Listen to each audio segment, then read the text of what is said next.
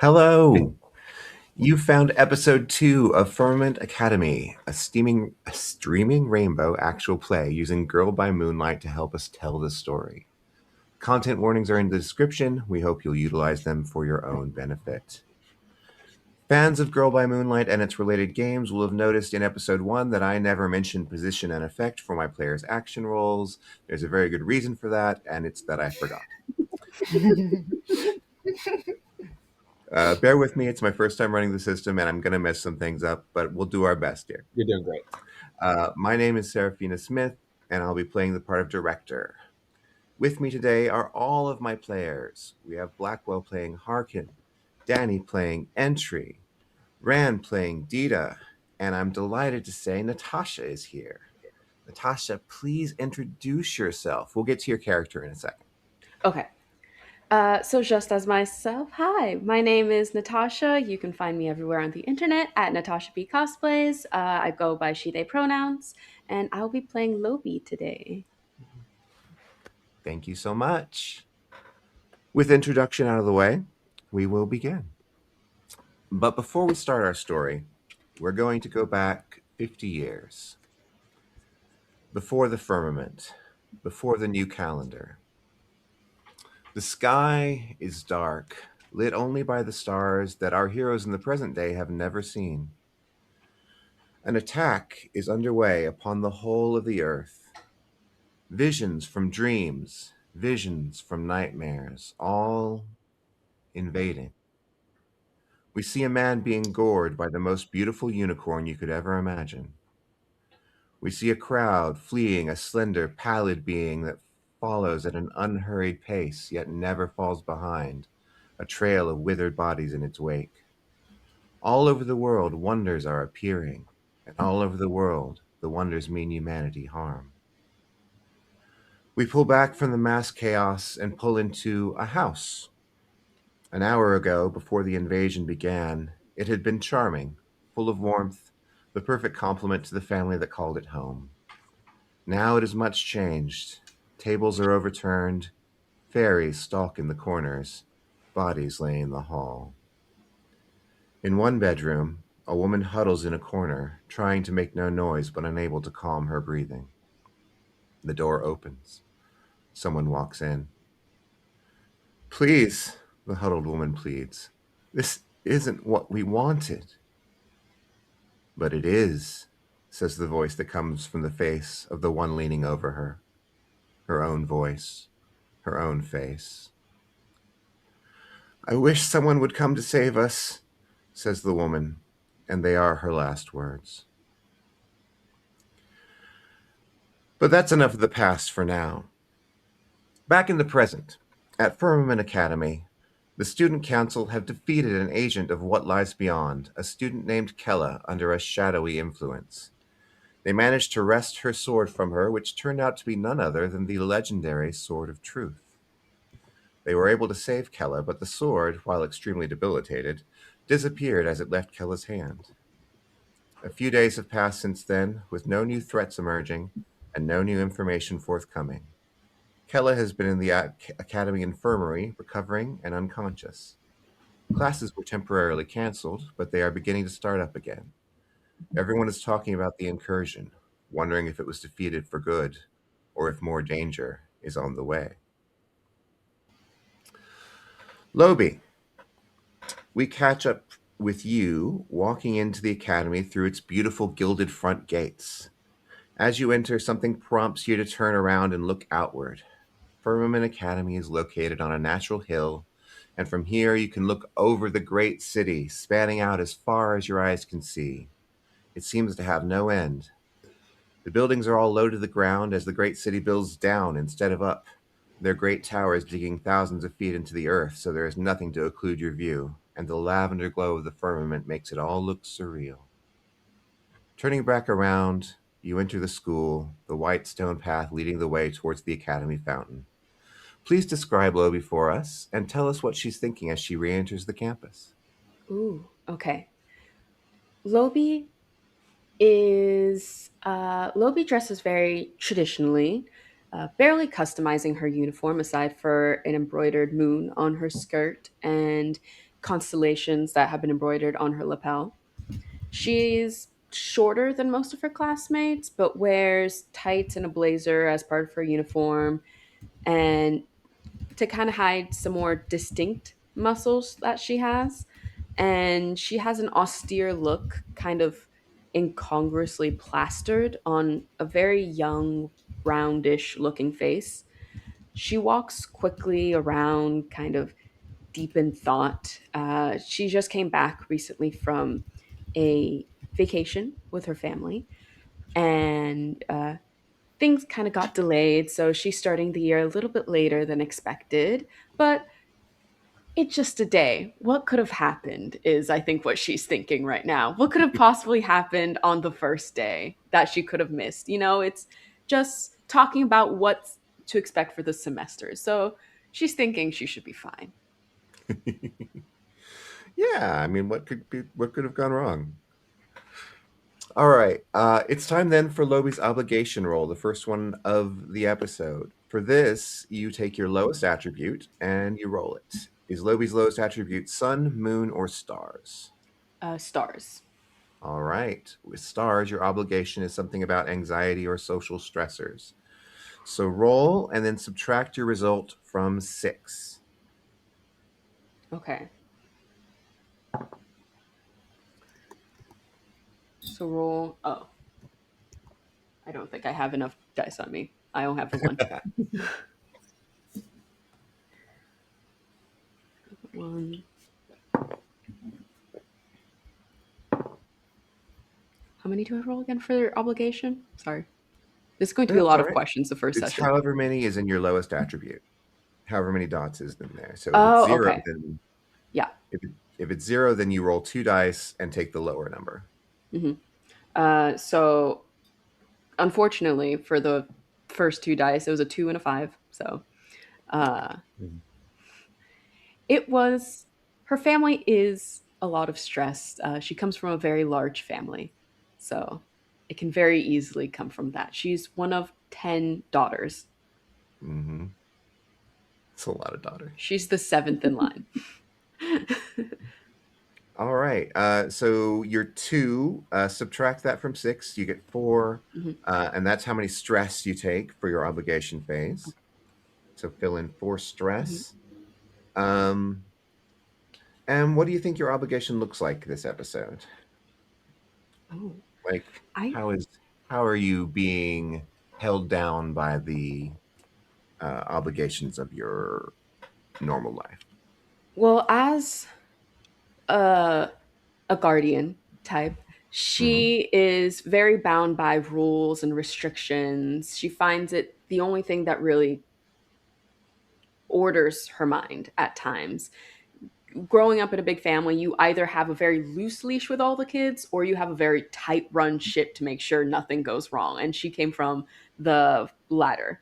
Hmm. So she is used to following all these rules, and she wasn't meant to come late to school. She was meant to be here on the first day. And now there's already homework assignments that she's missed, and she's behind all her friends, and what there has to be catching up to do. And I don't even know if I was allowed to do this. So Yeah, it's just kind of getting to her, all of these thoughts, even though ultimately, probably not a big deal.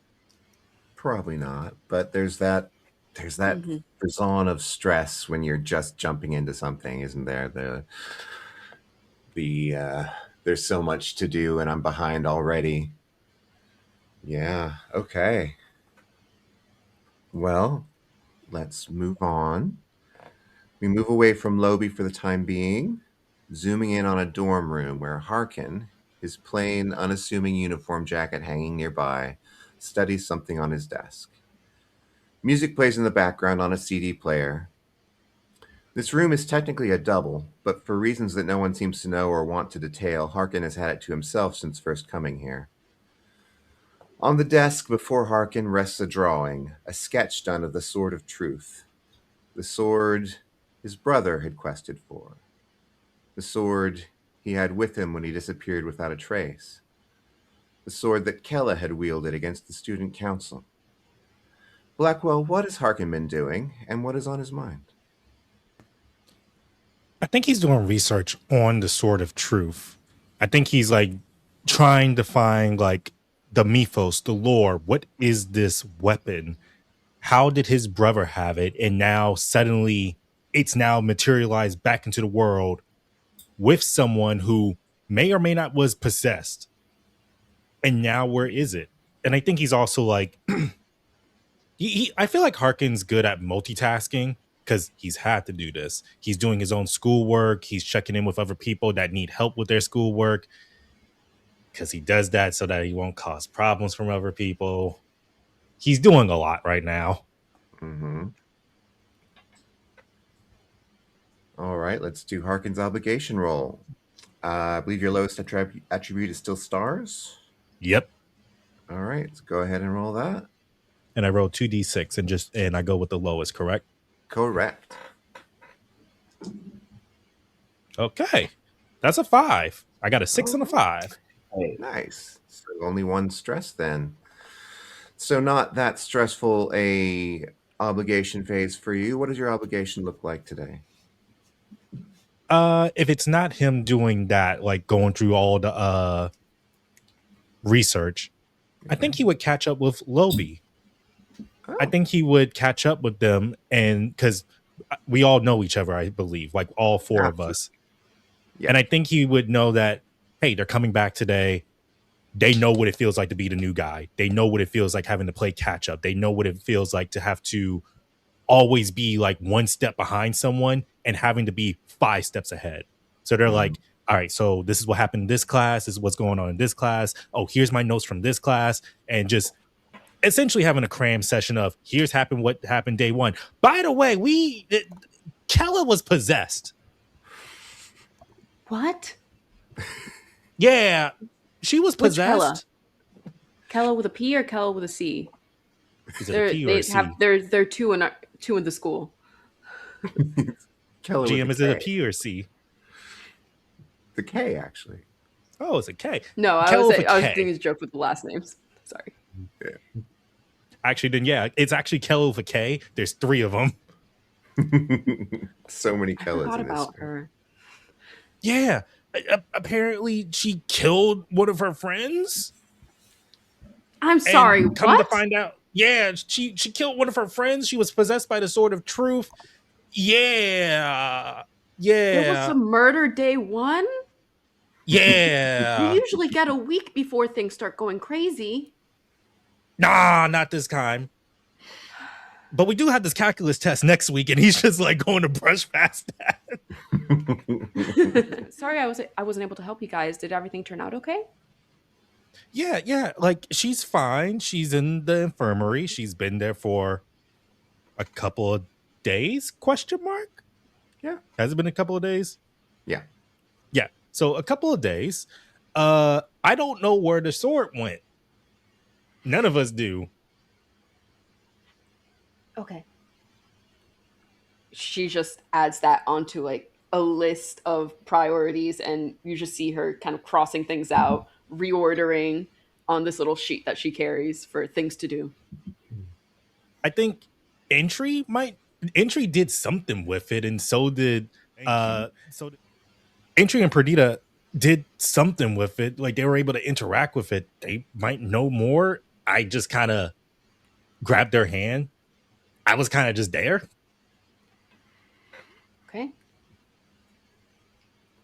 Speaking of Entry, let's pull away and move to a room in the depths of the Ancient Lore Department's archives.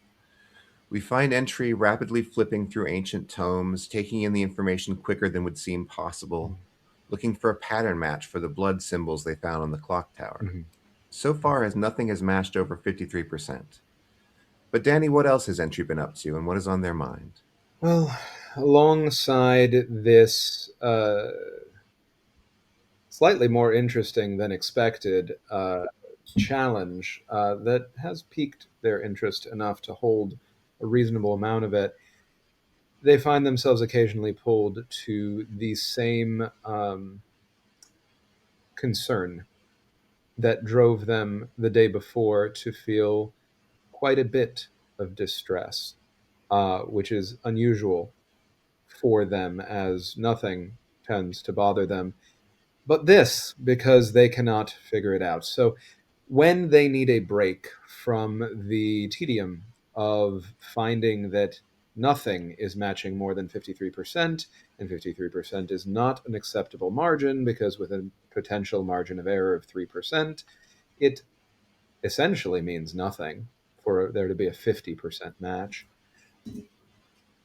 They walk over, well, float over to an area that they have set up that is a little bit more private off to the side in this general study area, where they keep what they are using to try to study the code, that the cryptography that they have not been able to crack, that they do not know the source of, or the source has not been shared with them. They are convinced that people are holding things back, and that is why they are unable to do their job as they are trying to do their job. And they are quite impatient when it comes to that. So, unfortunately for them, the way that they try to blow off steam is by going towards something that frustrates them further. No. And so that is actually what they turn to do right now, as they walk away from yet another 53% result that seems statistically deeply unlikely at this point, given how many matches have come up at 53%. So yeah, I think that would be their, if that works for you, I think that would be their Absolutely. and it's stars, because the stranger always has it be stars. Mm-hmm. So, and I'm not transcended, so it'll just be the one. Hey! Okay, so people at home don't know this. I'm rolling my new, one of the sets that I'm doing today is I'm rolling my new Pasión de las Pasiones die, and it came out 6, everybody. That's the Nice. differences on the first roll. That's exciting. Lucky. Yeah. You take no stress at all. I think in this moment, entry just, I don't even know that entry actually breathes, but entry has taken on the comforting mechanics of mundane life when they are around other people for the sake of drawing less attention.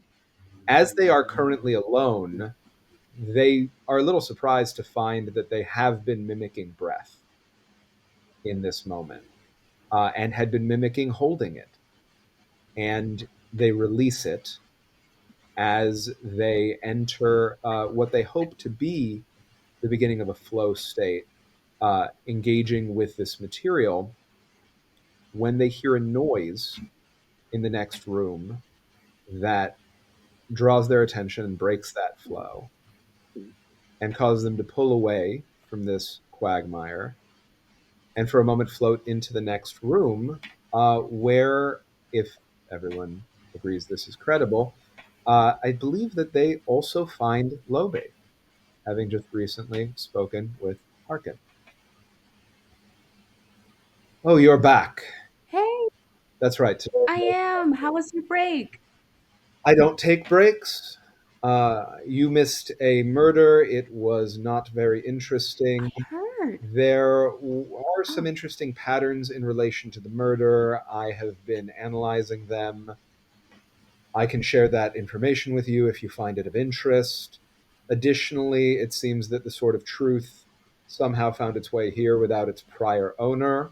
We do not know any more information I on that heard. yet. It is now harmless and has disappeared.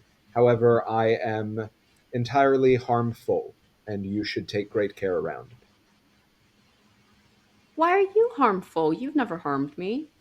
When I came out, and in transcended state spoke with the Sword of Truth and convinced it of the truth that it is harmless, it in turn convinced me of the truth that I am anything but harmless. And it is right. It is living up to its name. I am a danger to everyone around us.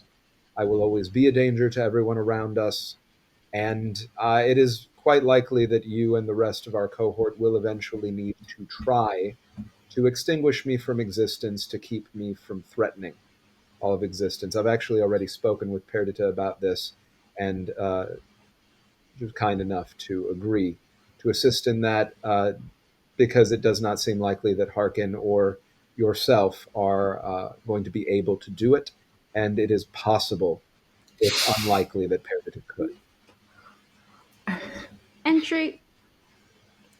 The ability to possibly cause harm does not make someone harmful. That is logically accurate.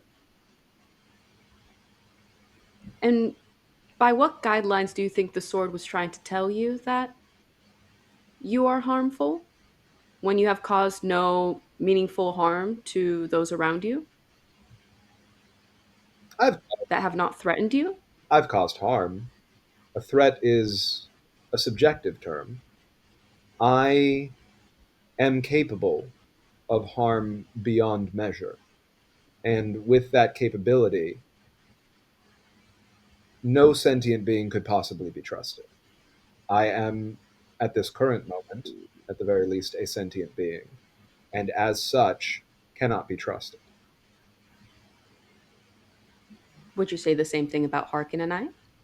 You do not have power beyond measure.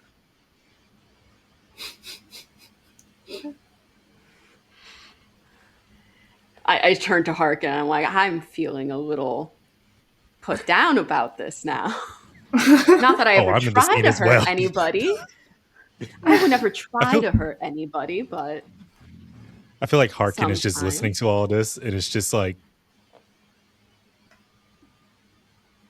there's just this face of like he's computing the fact that Entry's saying all this, also the fact that someone that they know was possessed is in an infirmary.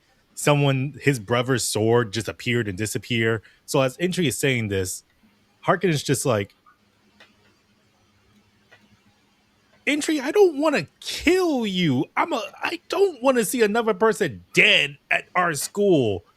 It's not even the first month is even over yet. I understand that you are telling me the truth of your experience, and I am grateful for you doing that, although I do not understand why you would not want to kill me if I am a threat to all existence around us. With that having been said, you are incapable of killing me, so you do not need to worry about it. That will be Perdita. He's just gonna come up to you and like just wrap his arms around you. Mhm. Harken's tall. Harken is like this 6'4". Like if I made him short, I'm like, nah, he's tall because I think it's funny as he's just wrapping his like long arm span, ridiculous arm span, as he just wraps you around him, and he's just like, why do you want us to hurt you or anyone to hurt you? You're our friend. And he's got his hand behind your Mhm. back, like one hand around your back, one hand behind your head, and he's just like hugging you close. So, I'll also go in and say, Entry, you need a vacation. You do need breaks, okay? Entry lets you hug for a moment. You're hanging onto an incredibly stiff body, just absolute rot, like it's steel. It feels like steel form. And then Entry, as you are speaking, Lobi, potentially from behind where Harken came up, since you both came from the same direction. Entry just phases through Harken completely I hate when he and does toward that. you. And leaves Harken to potentially fall forward, no longer hang on to anything. As Entry floats toward you and says, "A vacation would be an incredible waste of time for me. I would get nothing out of a vacation. I would not be contributing, and the time that was lost would be a loss to us all." Productivity does not measure worth in this world, always. Perhaps it is different for you and I. I am a living wish. If I am not productive, if I am not contributing, I do not know why I exist. You can call any child a living wish. Metaphorically. But I am literally a living wish. I am magic. You can say it's quite literally about children as well. They are also flesh. They are also limited. Yes. Out of curiosity, do our characters know this about Entry? Like, do we know that canonically, or is our characters just like, this man is just talking to talk, but same time, they just phased right through me. Yeah, Entry's origin is not a secret. People don't call Entry a living wish just because people don't tend to say the word wish at all or refer to it in any way nowadays. But it's not a secret that Entry is not your standard human. I feel like as Entry's saying that, like, essentially calling themselves they don't exist. Harken is just like, but you do exist. You think, you talk, you theorize, you say hurtful things at times, but these are all things that people do. Yeah, you just phase through me like a ghost and just we got to work on that. And this is probably something that's happened multiple times. Yeah, I think entry as a matter of course just goes from A to B in whatever way makes the most sense in the moment. So phasing through people and things is not something I would say is uncommon. Yeah. Mm-hmm. And I think Harken is just like, your entry will find a way. Like, if something's going on and you feel like you're going to hurt someone, just tell us. I may not know. Talk to us. It is entirely possible that it is outside of my control. I do not know what, if any, limits exist to my power or my existence. I do not understand myself, how I exist in corporeal form. I do. Then we figure it out. Mm-hmm. We figure it out and we make it up as we go along. Like, I BS half of my essays most of the time. I do them the day of, and I get A's. I told you we have to write synopses ahead of time and make a. I don't believe synopses. They just come. The nature of your classwork is incredibly clear on its surface. No one thinks you don't write them the same day. That you are able to do that is impressive within the limited scope of basic classwork, essential work that many students can do, but in the scope of the sorts of concerns that we are charged with here in the student council, that is not the rubric against which we measure these concerns. The point is that we figure it out. We help each other. We care That's for what each friends are other. for. Yeah. I do not know if I am capable of friendship. I do not know. I do not reject, to be clear. I am not rejecting your sense that we are friends, nor am I defining the nature of our relationship. Speaking plainly and frankly, I am simply stating that I am not definitively aware of whether or not I am an entity capable of friendship. And you should understand that as you face the potential threat that I present. Perdita understands that. Where is Perdita? No. I was about to ask. I haven't seen her yet. That's a good question. We will move across the campus then and back away from this conversation, which has happened more than once already. Across the campus to the Academy garden. The garden is large enough to grow fruits and vegetables to supplement the usual cafeteria fare, as well as the seemingly innumerable amount of flowers that the Academy requires. The rose section alone is massive. Yet all of it is maintained by one extremely competent woman, the school's gardener, Time. Perdita, you are sitting in the grass next to Time as she tends to a blueberry bush. What are the two talking about, if anything, and what is on Dita's mind? I was hoping to bring a bouquet. I think, as someone who is tasked by the school to maintain morale amongst the student body, and as someone who pulled her back from the edge, and perhaps as someone who is also lost, I felt responsibility to be there when she wakes up or when she's trying to be integrated back into our student body, if that is still even possible. Do you think if I'm doing too little or too much? I don't.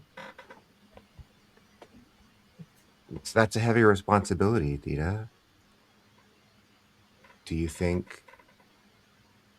I don't think it's too much, but it's not all on you, you know? I feel sometimes that I'm walking a tightrope and I'm balancing quite a large quantity of things, plates spinning in my hand, and I have to hold on to that balance. A part of me is gone, and it is my will that it is gone. I don't want it back, and I think when I pulled her back, I felt her. For the first time in a long, long time, I felt her and I felt guilty.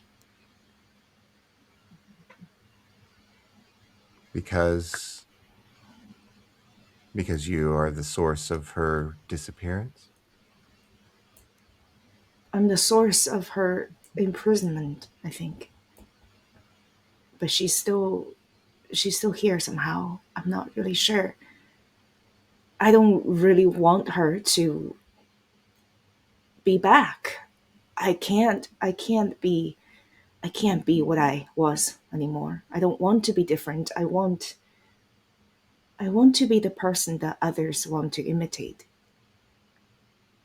That is my purpose. That is what I can be. Time takes a little, not scissors, it's a gardening tool, and prunes a branch from the blueberry bush that she's working on. And she says, can't maybe you don't have to go back. Maybe there's space for something new that you can find. Look at those branches you pruned. If you don't cut it away, the rest of it wouldn't grow as well, right? That's I'm trying to true. do the best thing for me, and maybe it's the best thing for her. She doesn't belong here, and maybe I don't belong here either, but I'm trying. I want to grow. I want to be in the sun, and if I'm still with her, I can't. But if I can't be with her, if I can't let her be with me, maybe I can do my best to save another soul who is slipping, who has a chance still, maybe. I think that's very Dita. I I look up to you in some ways. I'm flattered. I The feeling think. is mu- Hmm? the feeling is mutual. Oh, The way you maintain this garden, it's like a symphony. well, all the plants, they're beings just like us, and they have their own harmony that they strive to find, just like we do. So it all you have to do is find that and get in tune with it, and then the rest is it's not work anymore. It's just natural. And I think that's a little bit how you work. You find that harmony, and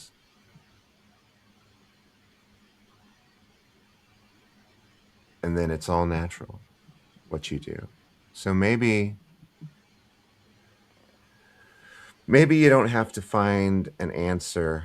Maybe you don't have to be the answer. Maybe the answer will come.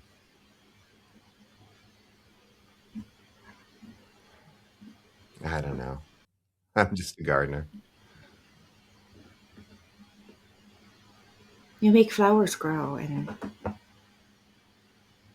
I think if anything is what love looks like in our reality, that must be it.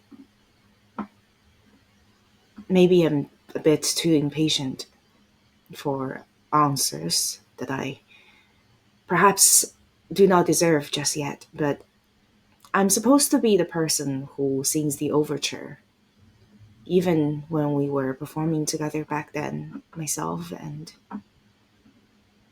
the one I used to call sister.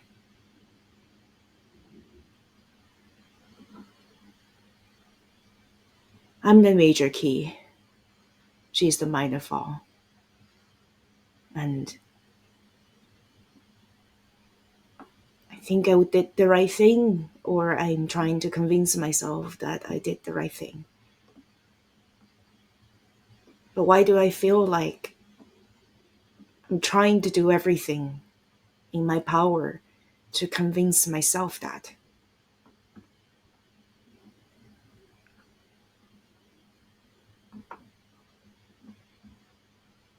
Because somebody's gotta.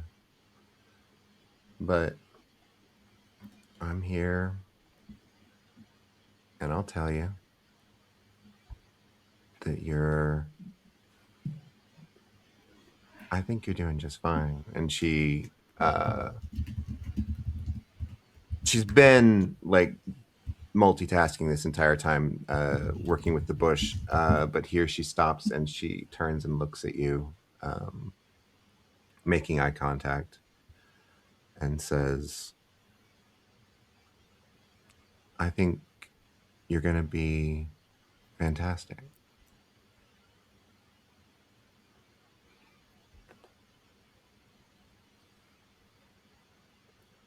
Could I get a bouquet of morning glory? Coming right up. And now we'll do our final obligation roll for the episode. As usual, since your attributes are equal, you can choose one to roll. So roll, subtract, mark stress, and describe. So I think, if I may, the obligation of Perdita is, or rather, the obligation of harmony is a little Mm-hmm. bit like, I think if this is a TV show, you almost see a split screen Mm-hmm. of Perdita going towards the infirmary with the bouquet of flower, the morning glory that changes the color during the day, and perhaps it's a reflection of her feeling at the moment. And when she reaches the hospital, Perdita, the one who is dressed in pastel and all of the perfectly manicured school uniform, not a hair out of place. She speak to the nurses. She speak to the students. Give the perfectly worded, carefully phrased report, and goes to maintain this persona of someone who can be counted on. And she will sit there, she will make sure that she will be there to greet and receive the student who is in need of support, even if she did something harmful and need to receive consequences at the same time. And the other side of the split screen, you see the image almost become this darkened monochrome. Um, the same face, but you can see there is this ripple of discoloration. And every note that she is humming, that you previously hear Perdita hum, becomes slightly discordant. There is a counter melody in a minor key, but somehow, when audible together, they go together. They harmonize, and you see the face of Perdita, who is smiling the perfect smile. Inside of the mirror, there is this colder version of the image. There is no smile. in her on her face, but there is this expression of sympathy. There is a gaze from the mirrored face of Perdita looking at Kala. Um, I don't know. So, Sun is. Can you repeat to me what they were about? Like each Yeah. one of them? Yeah. With sun, your obligation will be physically taxing or involve Uh-huh. frightening people or circumstances. With moon, your obligation is something that makes you feel despair or brokenheartedness. And with stars, your obligation is something about anxiety or social stressors. Okay. I think it's a little bit moon. I think when interpreted together, this obligation is almost keeping that balance of public persona and private struggle. And separately, Perdita outside of the mirror is cultivating this almost like public relation. And Perdita in the mirror is trying to connect with someone who is equally lost in a personal and emotional level. So, rolling moon, I've got one being moon, Mm-hmm. and let's see, that's a four. All right. 6 minus 4 is 2 stress. So that's how much stress you take today as your disparate selves watch over Kella.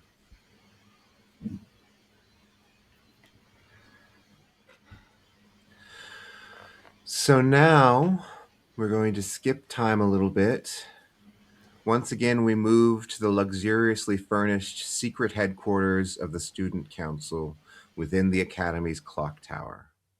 Once again, Ansival, in his form of the Maine Coon cat, is sitting primly in his massive cat bed in the center of the room, briefing the Student Council. And he says, Kella has awakened at last. Her memory is fuzzy, but it is complete. She is very upset about killing her friend. I did try to explain that she was under the influence of dark forces from beyond the firmament and would surely be declared innocent by the magistrate, but that did not seem to do any good. Anyway, eventually I did get from her that she'd been exploring the old buildings under the academy, which are supposed to be sealed up, by the way. I'm going to have to talk to someone about that. But she was exploring them when she found the sword. You're going to have to go down there eventually to make sure the area is cleansed and no nasty incursions can come down through there, but don't go until you can all go together. It's unstable and dirty down there. And if there is some sort of connection to the beyond down there, you can expect unpleasant company. And above table, that means that will be your mission for today, is exploring them. The room that we're in, if you could remind me, I know we're in the tower that serves as. Is it ground floor? Or are we up like kind of high? You're We're up. up kind of. You're up high. So when they reached the part of what they said where they want us to wait to go together, entry was already halfway through the floor, and stops and just holds their gaze, and then comes back up, arms crossed. On one hand, that's very cool. On another hand, were you just going to leave us? You were presumably going to join eventually. I was simply getting started with what is clearly meant to be today's tasks so that we don't dawdle. Do we need to dawdle? Entry, if I could speak your language, from a logical standpoint, since you are going to be monitoring how much you yourself might become a inevitable danger to us all, it would be most amiable and agreeable if you stay with at least one of us when we go into a mission. You are correct. Thank you.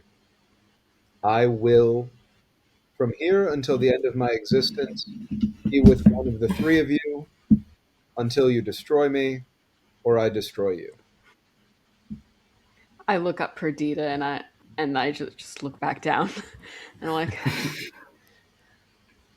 Harken's eyes I will just give, twitching. yeah, I Like, will give Lobi and Harken a look of, and you know this look of, you have seen Perdita just like code switch when she speak to different people, right? And she has the ability to just like knows how to speak the language of the other person that they will understand the most. So that's what she's doing.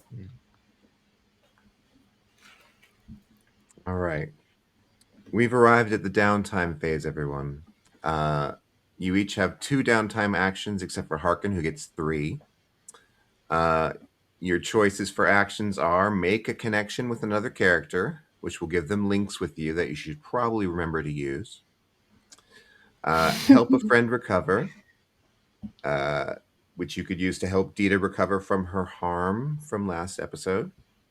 Uh, work on a long-term project, which will start a clock towards a goal that you choose. For instance, you could work towards adding a library or a practice room to your headquarters. Or investigation, which will help you learn about your antagonists and what's going on. You can also spend time in the lounge to gain 2 experience points in your moon stat. Now, last time I had you each do your actions all in a row, but this time I think we're going to play it sort of loosey-goosey and talk about what actions y'all want to do, by yourselves or together. Please feel free to ask another player or players to join you on an action if you wish. You'll both have to spend that action and you'll both get a roll as usual, but it gives you the option of role-playing it together. So, who would like to start? I think I was going to ask initially if anyone needed help recovering, so I was going to offer that first off, and then I was also planning on doing some investigation of. I guess I'd ask our storyteller, our director, would it, knowing the school and what resources tend to be available, would Lobi think it'd be better to go to the library to see if maybe there's a history of that area underneath the school, a book on it, to try and learn a bit more about what could be there when they end up there? Or would it be better to go speak to Kella, who's seen it firsthand?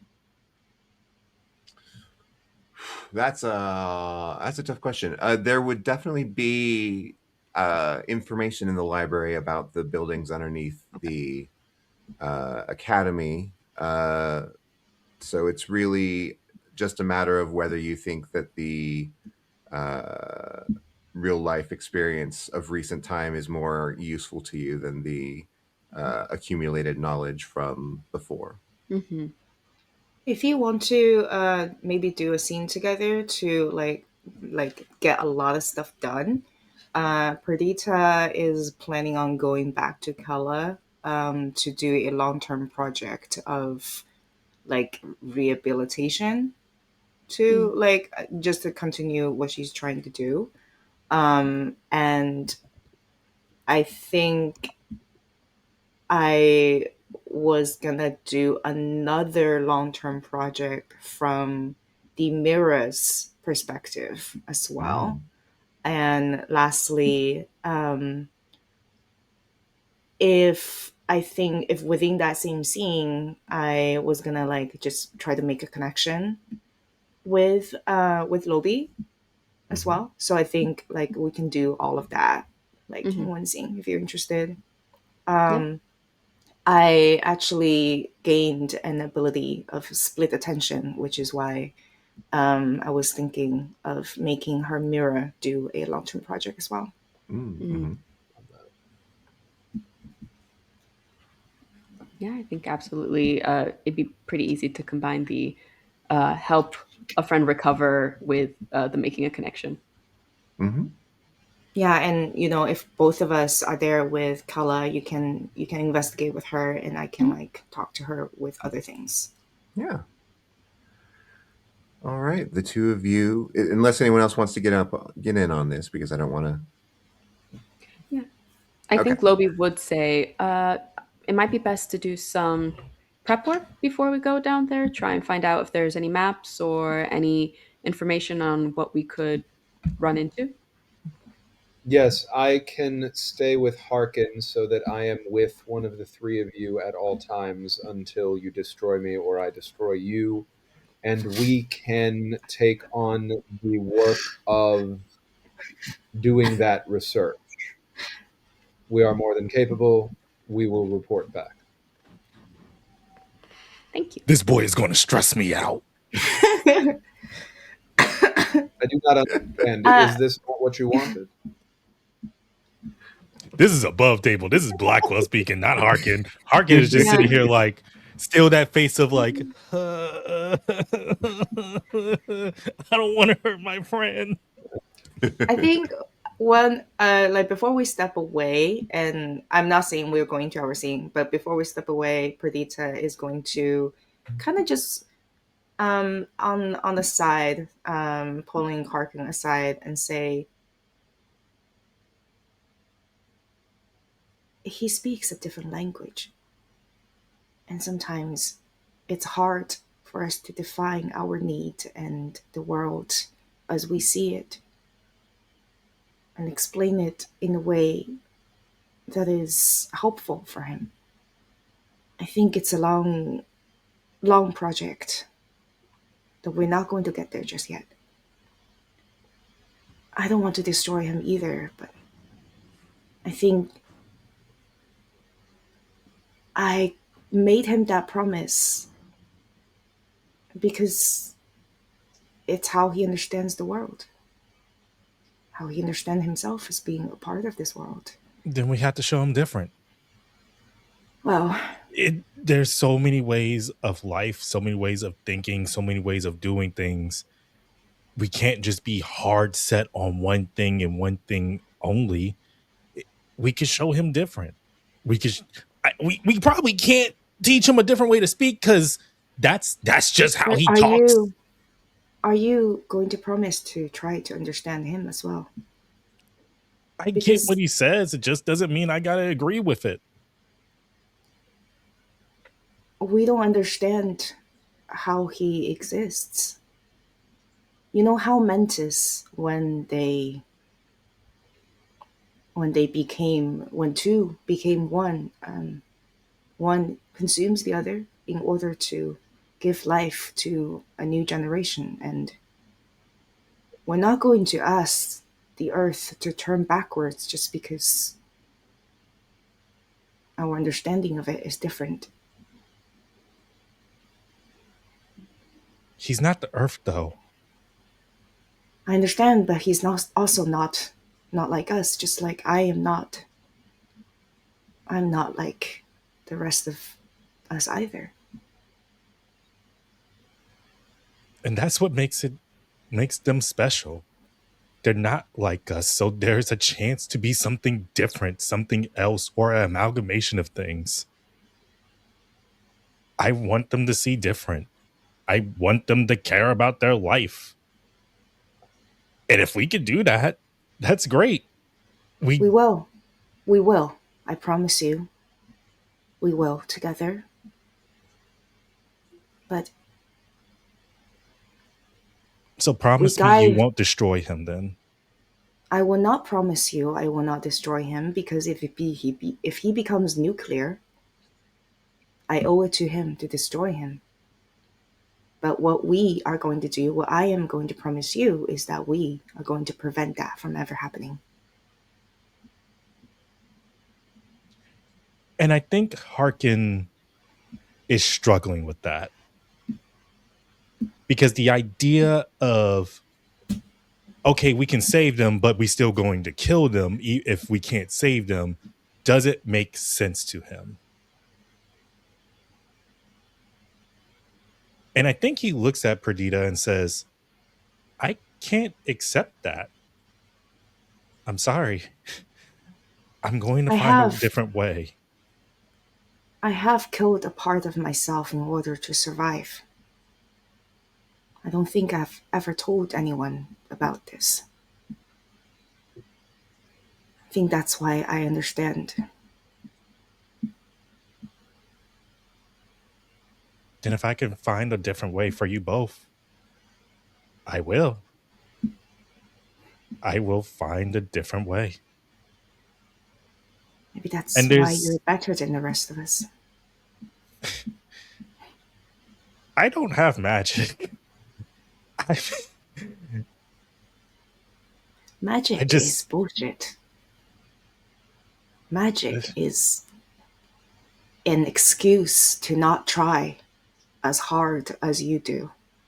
So don't put yourself down because you don't have magic. Magic is a curse. for y'all, standing on the other side is a whole other story. I wish I could do what y'all do. And maybe That's a then I would understand y'all dangerous better. that's a dangerous word. People tell me that often. Doesn't stop Because making me want to wish more. I wish I understood y'all better. I wish my brother was still around, but he's not. He would get y'all better. I'm here instead. I shouldn't be here, but I'm here. I gotta figure it out one way or another. And if I could figure out a different way for you both, I'm gonna figure it out. And if it changes your lives for the better, that's all I can ask for.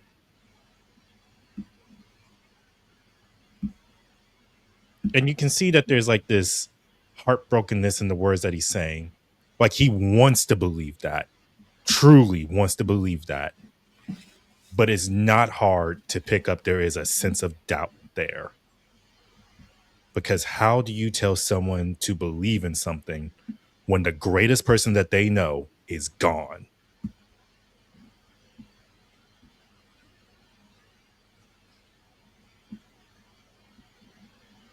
I think there is just like if Harken would allow it a small squeeze on his arm before she would step away to do the tasks.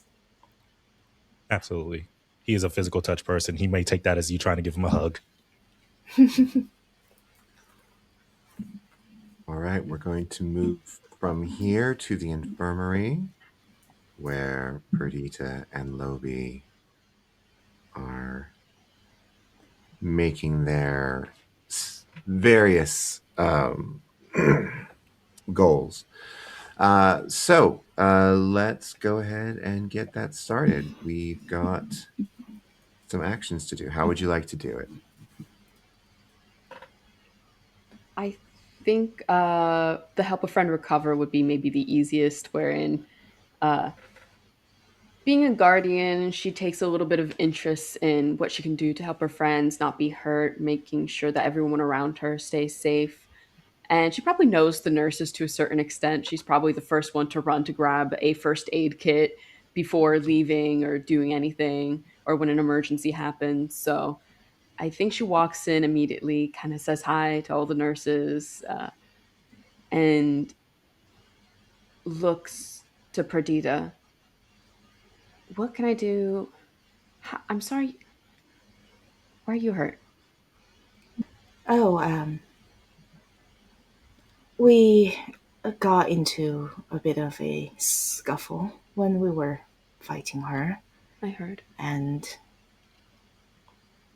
I stepped in. I think it was an instinct. Okay. I'm quite all right.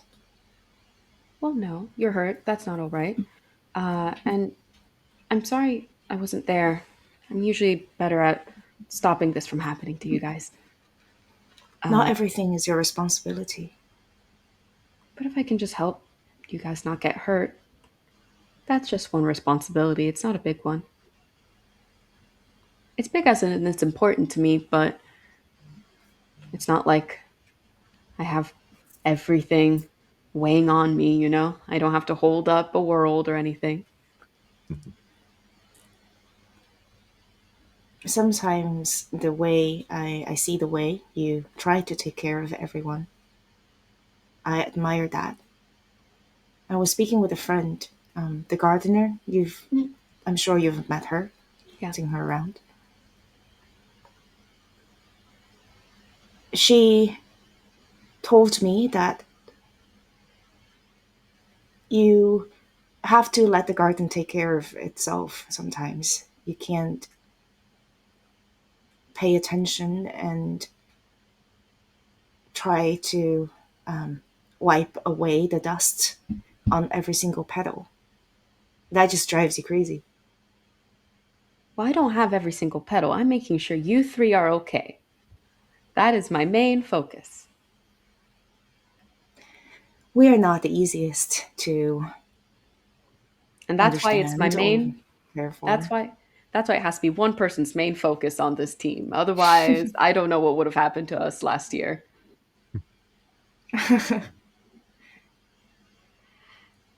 All right, go ahead and make a roll to help a friend recover. And you can choose whichever skill is most appropriate for that. Let's see.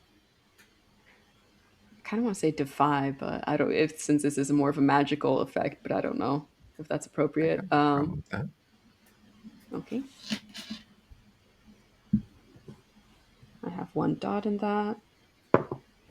That is a 4 on the dice. Okay.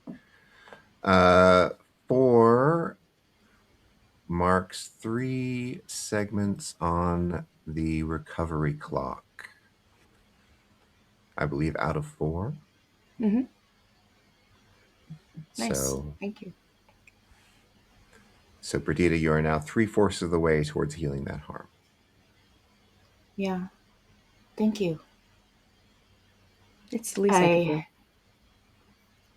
I do understand, you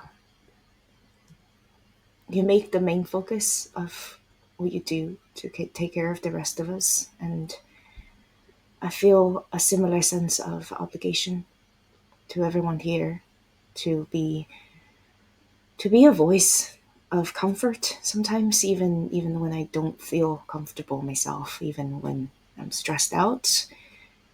I think I need to sound calm so that everyone thinks that everything will be all right.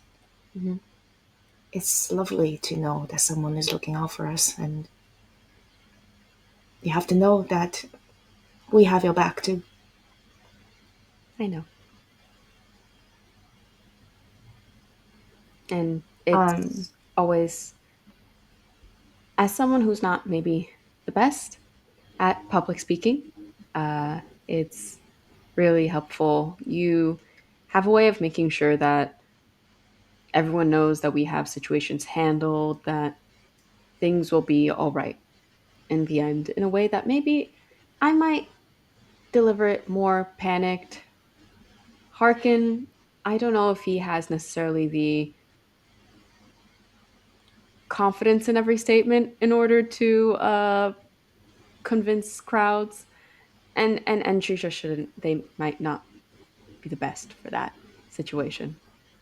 if we do not want to cause even bigger of a panic, Mhm. perhaps entry shouldn't be the one who delivers news. But, well, speaking of Harken, I don't want to break his heart. He's his heart is bigger than the total of both of mine. And I keep thinking that when the worst version of everything, how everything might turn out,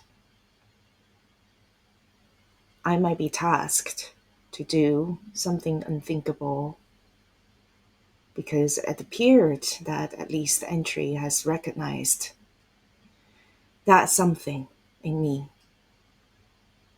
the capacity to do the difficult thing, I suppose. I think the Will you? capacity and the willingness are two very different things in this case. I think in this case, both.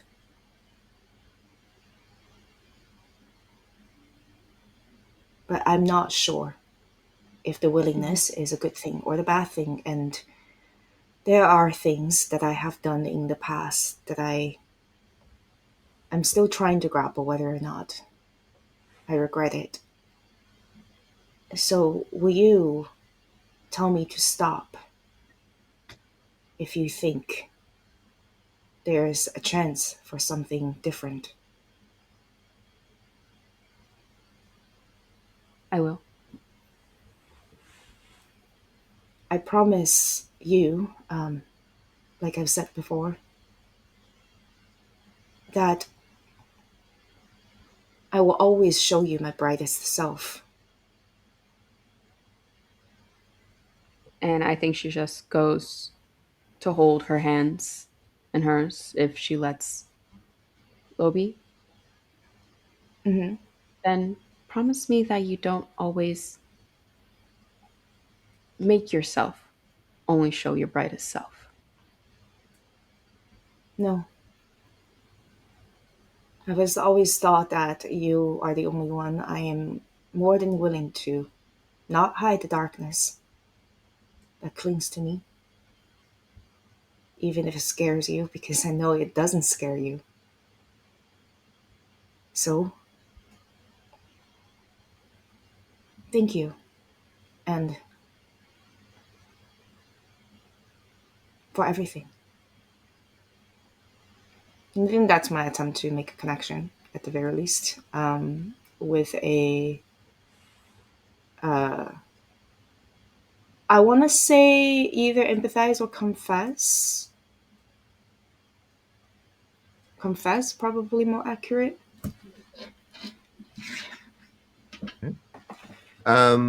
Yeah. So if this method of making a connection is something that Lobi would appreciate, then you can give an Mhm. extra die for this. I Mhm. will. Okay. All right. I have. I am currently separate from my other half. Um, so my action is desperate. And this is not gathering information, so I don't get that additional die. And I am going to push myself for this, so I'm going to roll 2. Okay. Okay. That's a 6. A 6. That's wonderful. That is 2. That is 4 links. 4 links given. Mm-hmm. So mark down 4 links for Perdita on Lobi's sheet. Because when you make a connection, you give links to the other person. Because that's how this game works. All right. And that leaves a project and an investigation. Yeah, I have 2 long-term project, which you can come back to me for later. But I know Lobi has a thing she wants to do here, so if you want to do that. I wanted to see if I could gather some information here with Kella. Mm-hmm. All right. So you're at Kella's bedside. Kella is still confined to bed, but is awake now. She has a bandage wrapped around her head, the way that there always seems to be a bandage wrapped around somebody's head if they've been injured. You know how that is. And she is she's very tuned inside herself, right? She's not. You sort of have to probe to get her to speak because she is just so consumed with her own internal thoughts and difficulties. But go ahead and make a investigation roll. Okay. And Would this apply for my watchful effect? Whenever I'm gathering information to anticipate possible threats, I gain a +1 effect level. Yes. Yes, that will take your effect level from standard to, oh, what's it called? Great? I believe it's great. Go ahead and make that roll. Okay. What would I roll for investigation? Is that the analyze, or if I'm talking to someone, would it be more express or perceive even? Depending on how you're going to do it, you get to decide Okay. which one. Oh, great. I think if it's with a person, I'd like to try and speak to them Mhm. and ask, "Hi, I want to come and visit, and I heard you've had better days, apparently. I'm sorry I wasn't there yesterday to help." It's all right. Thank you. Go ahead and make the roll so that I know how much information to give Fair, fair, fair. you. Sure. Which one should I use? This one. So upset. That's a 1 on the die. One And on I the have a, die.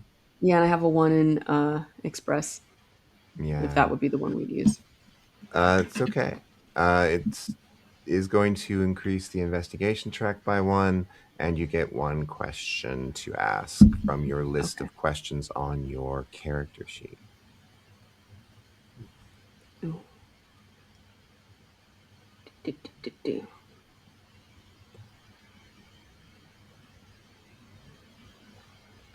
I think I'd ask, well, not what is most dangerous here, but can I switch it to what is most dangerous there? Yes. Mhm. Okay. Uh, Kella appears relieved to be talking about this, just to be talking about something other than her killing her friend is a good thing for her right now. So she opens up and talks about difficulties there that she encountered when she was exploring the groundscaper beneath the academy. She talks about the floors being unstable and having to edge around them. And she talks about a skittering sound that she kept hearing, and she managed to avoid whatever it was, but there was some sort of large amount of something moving down there that she managed to never see, but it Mm, was definitely there, and it definitely felt dangerous. thank you. Yeah. Um, You want of me to bring course. you any like I snacks or anything from the vending machine? Let me know. I can grab something for you. Could you get one of those marshmallow things? Those are so good. Yeah, of course.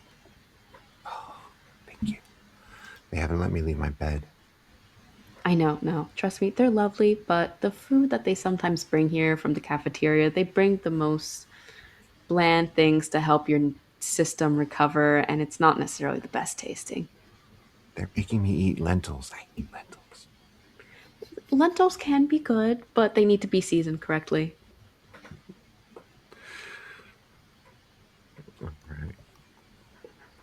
So she gives you that information. Hmm. Um, and what else do we have going on here? Yeah, I have two projects, so I'm gonna try to do it fast.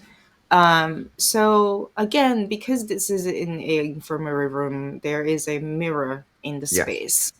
So simultaneously, I would like to do the two projects. The first one being outside. Perdita is going to try to start the task of maybe rehabilitating Kella, who so she would just say to her, you were you stepped through onto the other side briefly, and it's a it must be difficult. And I just wanted to say that I am here for you. I have been there, and I have felt what you felt at the moment. And perhaps it's different. But if you ever need to speak, even just to dish out some stress and wanted to yell at someone, you can find me.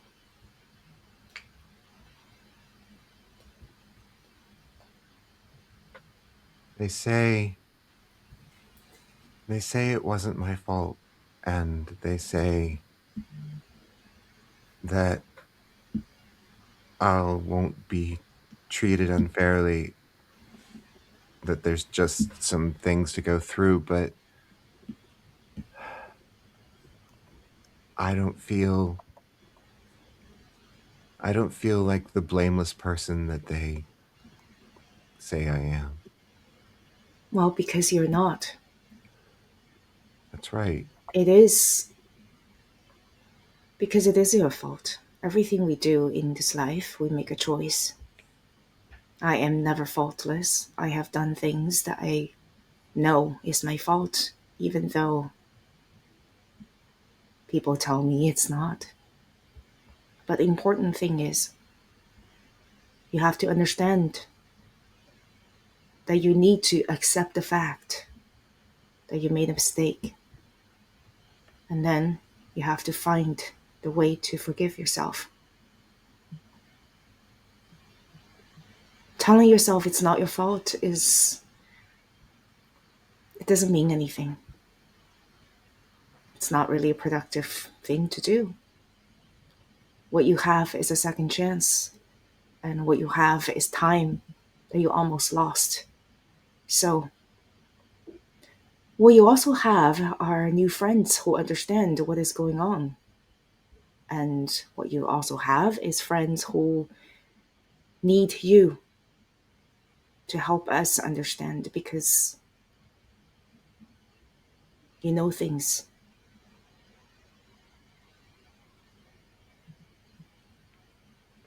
And if you are able to start doing that, then you will be able to forgive yourself.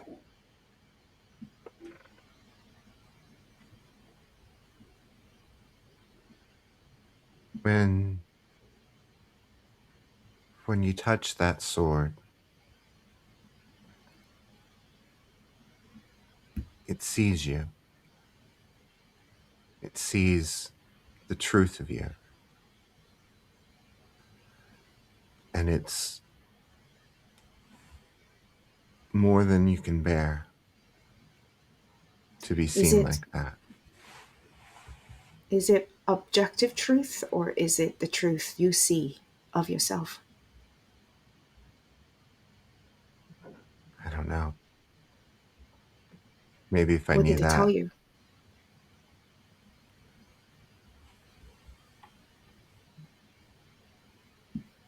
it just tells the truth. I don't know. It I wish I understood. I think that you're right that I need to face it. I need to accept what I did, but I don't know how. Is that one of those things that they say comes with time, or is that No, no. It's one of those things where you have to do one little thing just to begin. And then that one little thing becomes a second thing. And then perhaps time kicks in and eventually you get there. But it's like driving in a dark room with no light. But you can see 5 foot in front of you and then you take the first step.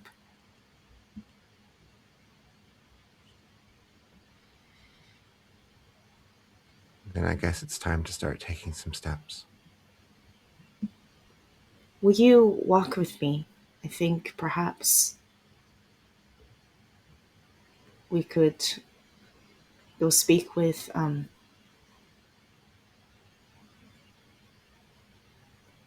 someone who. Hmm. So I think I'm gonna say I think we should speak with Amber first. Then we'll do that. If you'll And stay with me. every step of the way. And all this time, like practice smile and all of that on her face. Not practice in a way that is fake. It is genuine, but in a way that is like this is someone who has cultivated a calm exterior.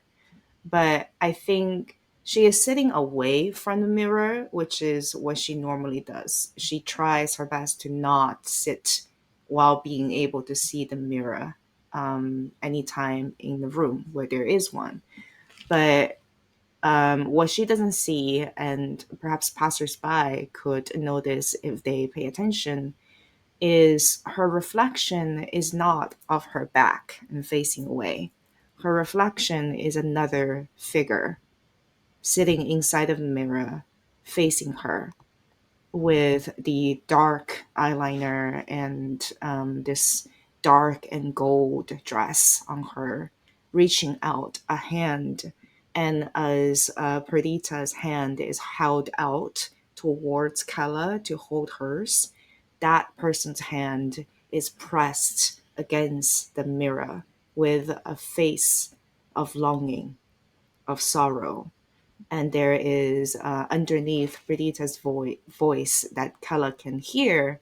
But what Kala cannot hear is underneath of that, there is a kind of this soft and melancholic melody that is coming out of this mirror as she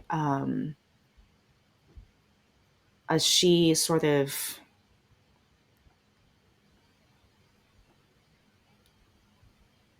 confess this. I don't know.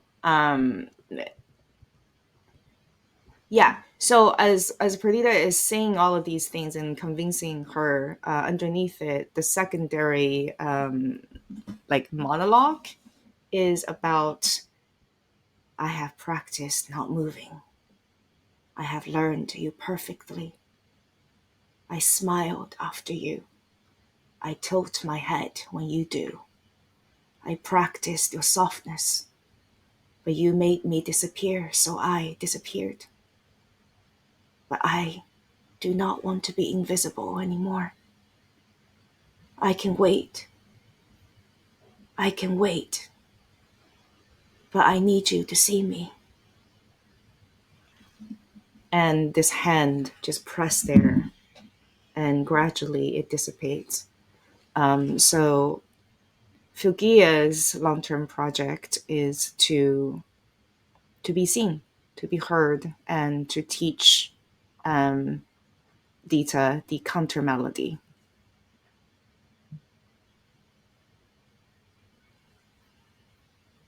Right. I don't know what kind of clock we want to do with both of these things. I think we're going to do a 6-count clock for each. And we'll go ahead and make those rolls for the clocks. We will start with Perdita's rehabilitating Kella roll. See how many we can tick off of that.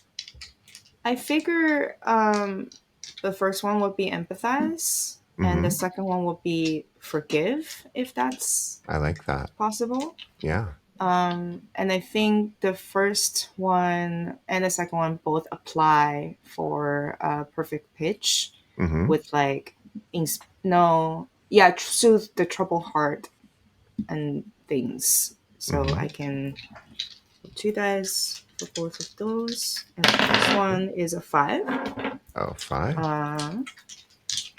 That is the one for Kala. And oh my god. And the second one is also a 5. All right. That is 3 segments on each of them. So that is a half halfway there in each case. So you take Perdita, the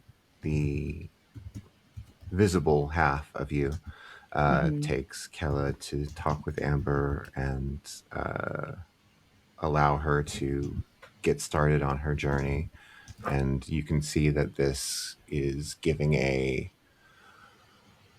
renewed spirit of possibility to Kella.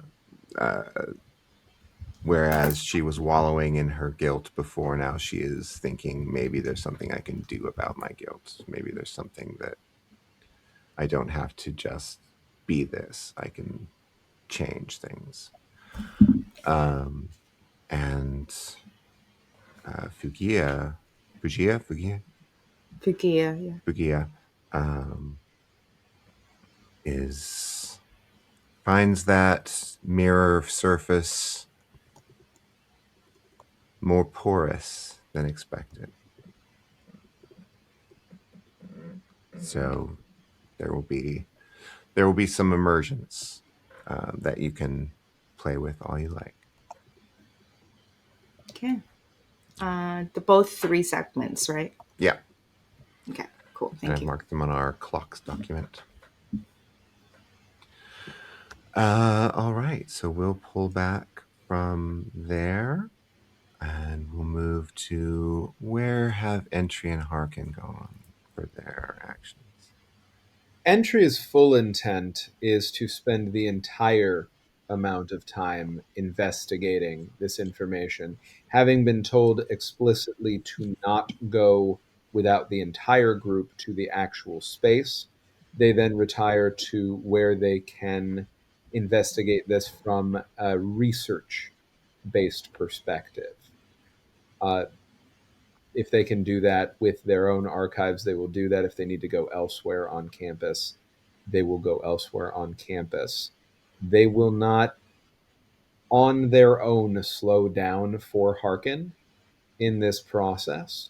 But if Harken does grab their attention, they are fully committed to the promise that they made. They will now never be alone. And I think Harken's doing that. I think Harken is also to help with this investigation. If he can get access to his brother's old notes, to his own investigation notes, what he was doing, like in his mind, they have to be somewhere. Maybe his family, someone he knows, because all intents and purposes, Harken comes from a very influential family. Can he get access to those documents? What can they tell us about this area that we're supposed to go in? What was my brother doing? All right. Does Okay. does Harken communicate this intent to Entry? I think Entry would know that Harken is helping, but then they would duck away sometimes to get on the phone. Like they would say, "Oh yeah, I just got to make a phone call."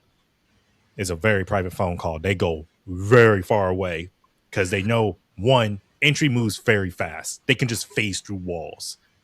They have to go someplace where, one, it would take a moment for Entry to get there, and two, at least he would know if Entry is coming towards them. So here's the trick.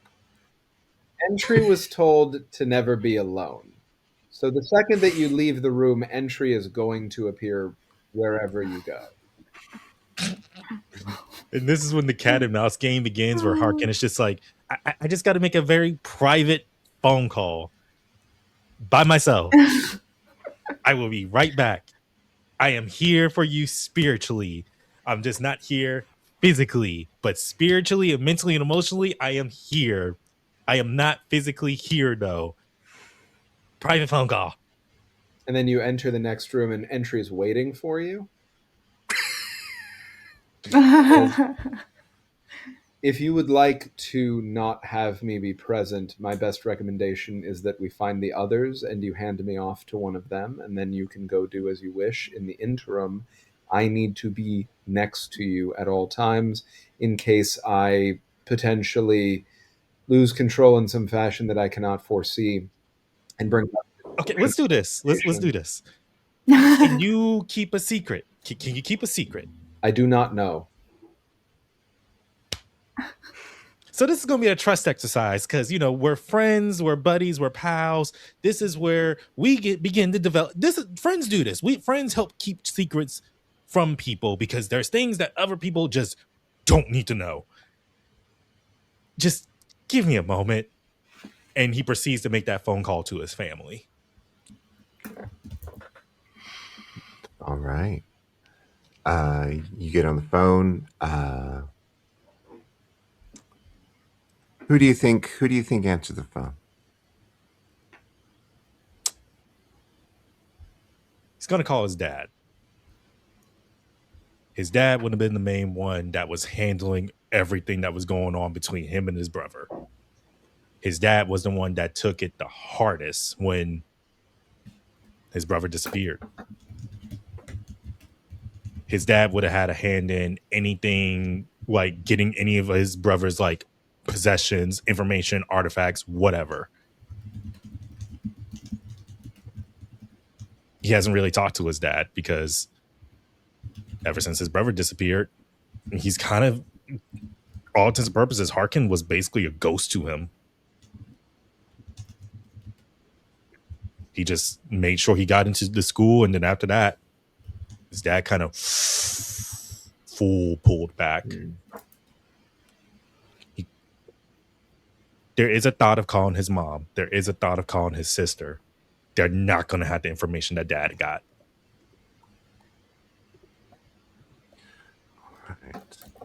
Right. Go ahead and start by making that investigation roll so that I can feel out what your dad can give you. Okay. And for the investigation, do I choose like my sun, moon, or stars, or you choose a skill? One of the skills.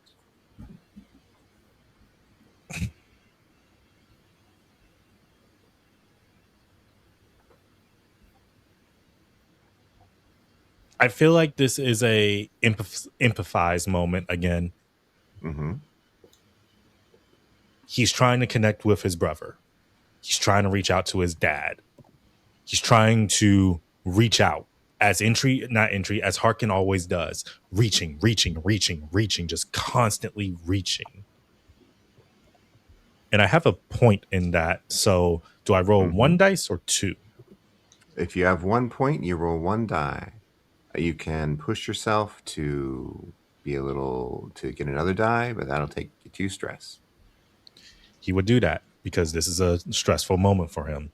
Because how do you reconnect with your parental figure who has not put you on ice, but you don't have the same relationship anymore?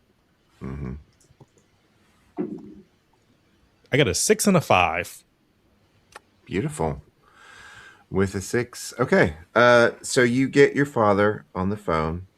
He answers immediately. He says, Harken, how are things going at the academy? Nothing untoward to report, I hope? Hey, hi, Dad. Everything's going okay. Some stuff went down a couple of days ago, but I'm okay. I'm fine. Are you busy right now? I can set this aside. I wanted to talk about my brother and what he was up to and the things he was doing. Did he happen to leave behind like a log, a journal? And he kind of looks at entry and he knows the words he's about to say is it's ironic / funny. Are there any entries that he's made like before he disappeared?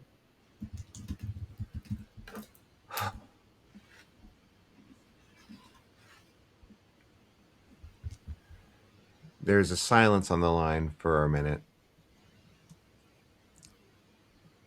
he says, Devril, your brother, we gave to the academy everything he left behind in hopes that they could do something about it. He had a logbook, a diary, I suppose. I haven't read it. It was too... I haven't read it. But you can, if you think it's important for your studies. I can tell you about what he wrote in there. Maybe we can get lunch one day. I'm very busy, Harken. But perhaps on your next break from school. Yeah. Like, I think, and Harken will check his calendar. We're going to say like most school semesters take like, what, 3.5, 4 months. It's been a minute since I was in university. Yeah, like end of the semester. It'll be like summer. We can, go get some ice cream. Ice cream. Yes, I suppose that would be what it would be. All right. Yes, I will put you on my calendar. Yeah. Okay. Is there anything I need to tell them to be able to get my brother's possessions, his notebooks, anything, or do I just let him know that, hey, you said it's fine? Yes, merely drop my name. I think that should be all you need. All right. I miss you. I guess I'll talk to you later and see you end of the semester. Of course. It's good to talk to you. I can call more if you want. Like, I can try to, like, if you want me to call like once a week, I can, or like twice a week. I don't want to take away from your studies, Harken. It won't. I can make time. You have a great responsibility to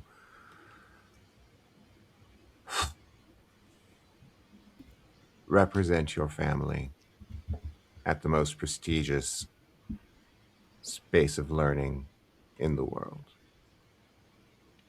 I'm sure you will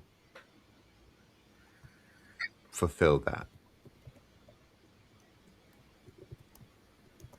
Yeah. Yeah. I'm gonna go get those documents. I'll talk to you later, Dad. Goodbye, Harken.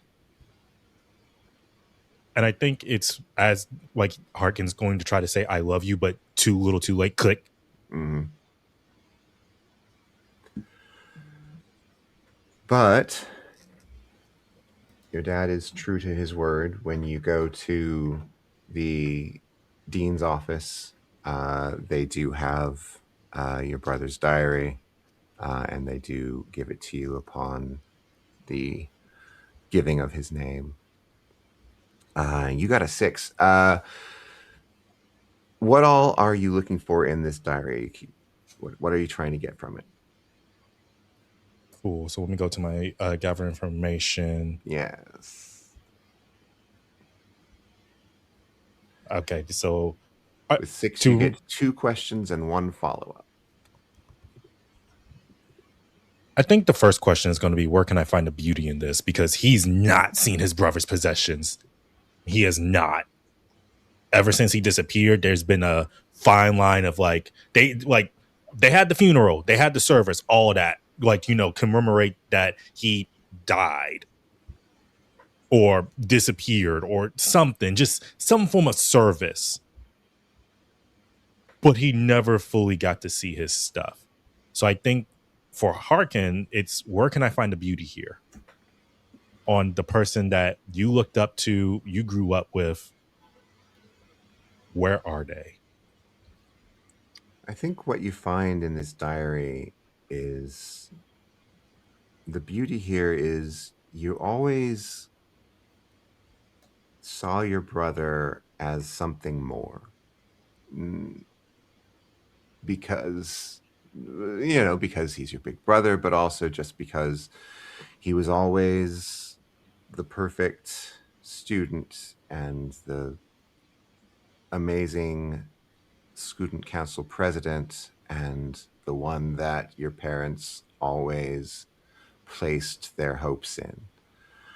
But when you look into this, you see the writing of a young man with doubt and with his own struggles.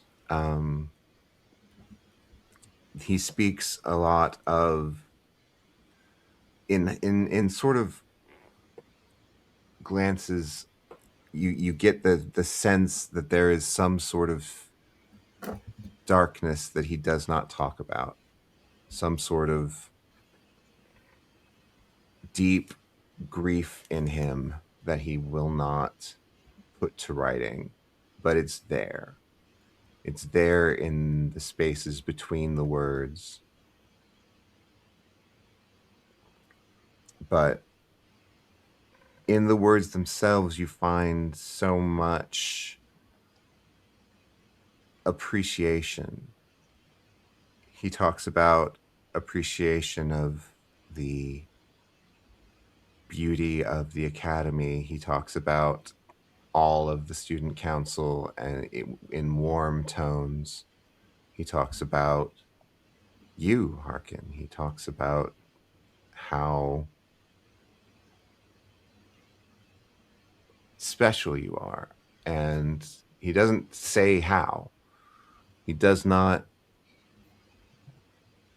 in any way say Harken is great because of this, or I know this about Harken, and I know he will always come through. No, it's just mentioning that you're special,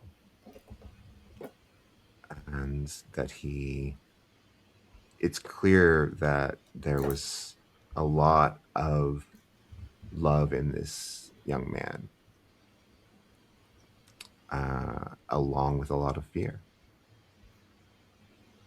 And so that is the beauty that you find, is the humanity of your brother that was always kept behind a facade of perfection.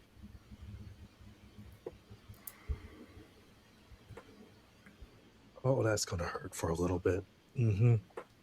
And I think he gives this book to Entry to see, because it's just as much as I'm crying, Harken is as well, and not just to show him like the emotional part, because he knows there's a part of him that knows Entry's probably not going to get that, but also what he was up to when he went into these different areas underneath the school. Mm-hmm. But it's hard not to see that Harken is a little shaken up. Entry hands you a glass of water.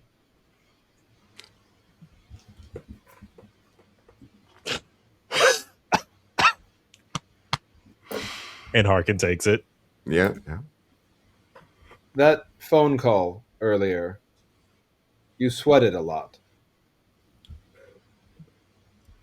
Yeah. Do you always sweat that much on phone calls? With my dad? Yeah. What is it about conversations with your dad that makes you sweat so much?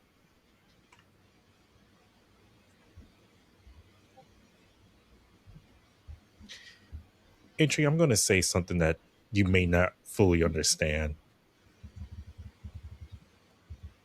It sucks having a parent that you were close with at one point and then you don't have any contact with them. Some days I wish I could be like you, where you don't have a family to know that pain. I do not understand. And that's okay. I'm glad you don't. We have the notebook, though. To clarify for you, I do not understand why you would wish to not have a family. Entry, I rather we not talk about this. Understood. I rather we just get back to the investigation. Understood. Gonna open up the notebook and read it in far too little time, and then close it up and hand it back to you. And as he takes it back, he is holding it close. And I think that goes to sorry, getting myself together. Yeah. I think it's a very weird question to ask. What are the unmet needs in this notebook? Like, what are the things that my brother never got to? Unmet needs. Oh, that's a big one. Your brother.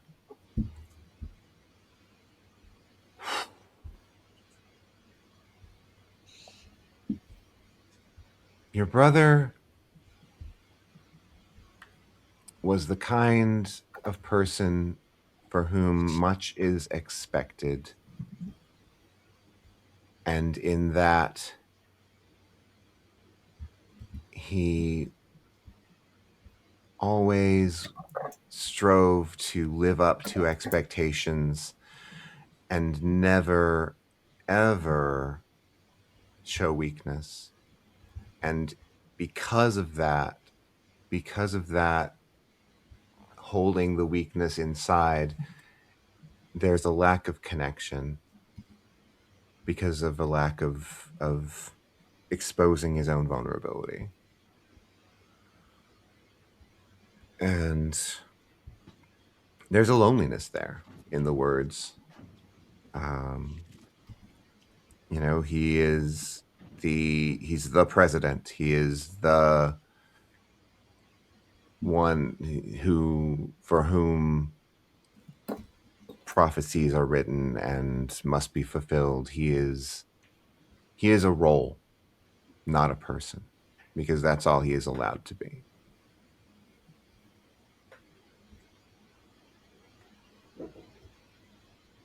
And I think Harken is going to just say softly to himself, why didn't you reach for me?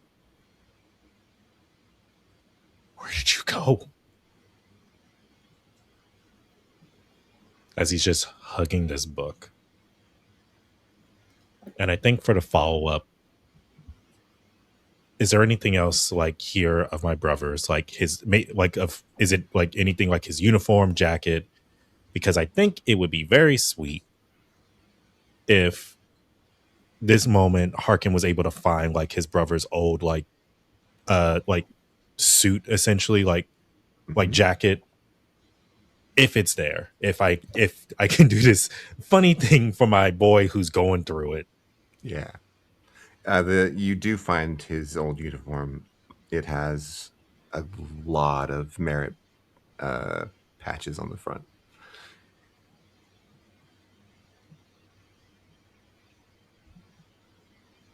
Harken knows that he hasn't earned any of these. He does not care. He takes his jacket off and put his brother's jacket on. I will find you. I don't know how. I don't know where, but I'm going to find you.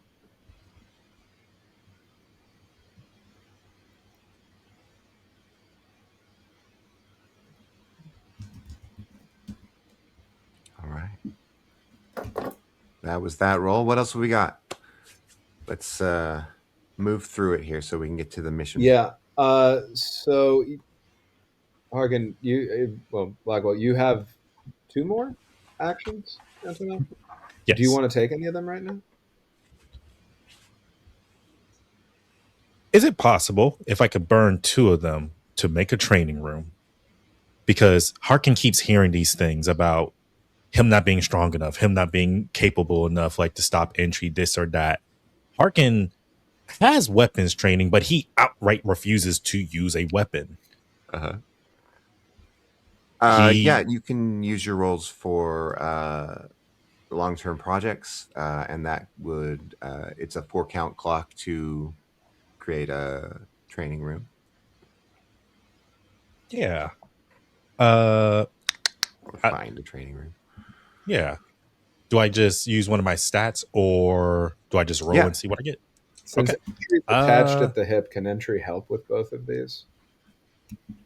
Certainly can. Of it. So entry is helping you by over explaining continuously both the optimal ways to construct a new training room within the space that we have and the optimal opportunities for other nearby training rooms that might not be a part of our sort of primary area, but that we could find a way through the power that we have to move or reconnect them, giving very thorough pros and cons on both, not leaving a lot of time for you to think. Sounds And I right. think because Harkin's kind of in his head, he's just doing what Entry says. He's too far gone to be like verbally sparring with Entry right now. Mhm. So this brings up a question. What's Entry's best stat when it comes to building a training room? Because that's what I'm going to roll with. That's an interesting question. Entry's best stat overall is flow.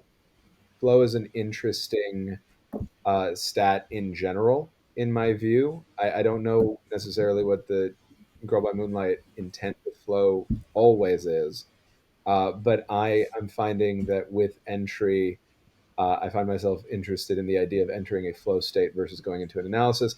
If not at that, it would just be analyze. Analyze would be the thing that I would do. I think Analyze works in this situation, or it could be Flow. Let's say Flow, because again, he's just going with it. He's just doing the things that you're saying. I don't have a point in Flow, so I roll 2 dice and I take I'm the lower. helping. Yeah, Oh. Because entry is helping you to roll 1 die and just take it. Okay. 4. 4. All right. That is 3 segments marked onto the clock, which I will do. Creating a training room. 3 of 4.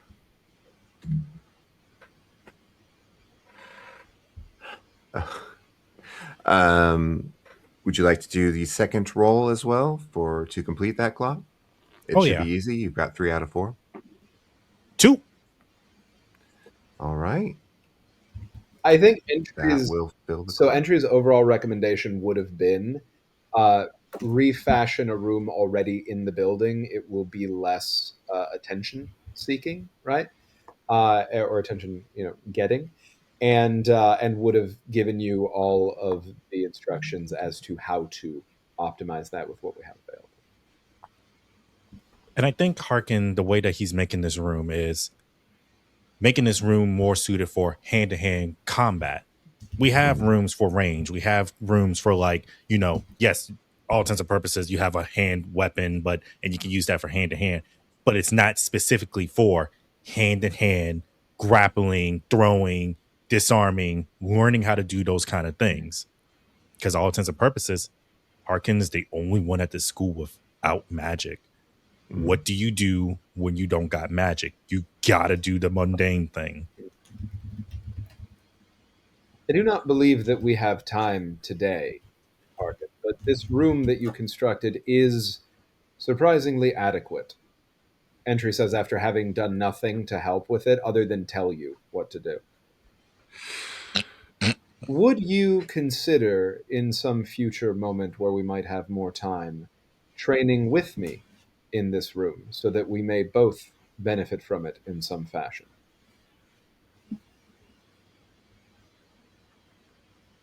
I like that. Maybe me, you, Perdita, and Lobi can we can all hang out and bond. I don't know. That is advisable. The three of you attempting to fight me at the same time would likely be more useful for me than just you on your own. I did want to mention, I noticed the new jacket. Although you did not earn any of the epaulets on it, and that will be confusing to a great number of people, I wanted to say that I believe it fits you well. And you see that they just grab onto the edges of it at the shoulder, tuck on it. It seems that you and your brother were the same size. That is fortunate.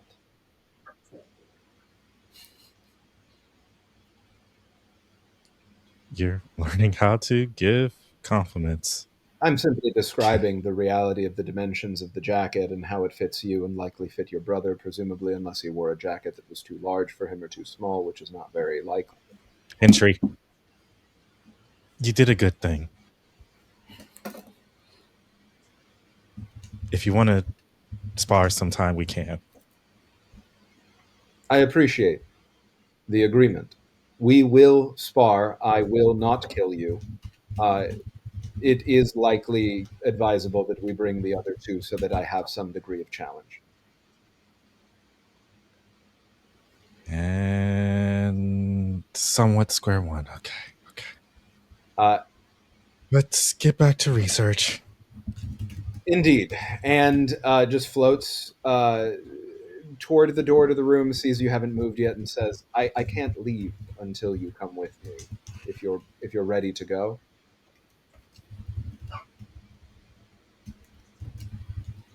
He brushes his hands through the different like emblems, the different tassels, everything on his brother's jacket, as he just says to himself, "Let's go, bro." And he falls out with entry. Entry's two actions are both going to be research in the investigation, Okay. formally speaking. The first of which, if it can be done with the ancient lore archives that they already have access to, will be done with a focus on ancient lore. They're looking to connect up the information from the first investigation, specifically the 53% that has been torturing them, with anything that might have any kind of overlap with any of what has been reported or recorded with regard to where we are going to be going today. With that in mind, in both instances, they will be pushing themselves. And in both instances, they will be using analyze. With analyze pushing themselves, the fact that they get an extra 1d6 for every investigation, for each investigation, like individually, right? And they now have know-it-all specifically for ancient lore. I believe that is going to be 4d6. Indeed. Okay. I'm going to bring these out so I can move this somewhat. My Candle Obscura dice over here. That's the stuff that I have that's the same d6s that I have the most of. Can I give the help action since I'm there? Yeah. You sure can. So just takes 2 stress. So yeah, he's going through it. yeah.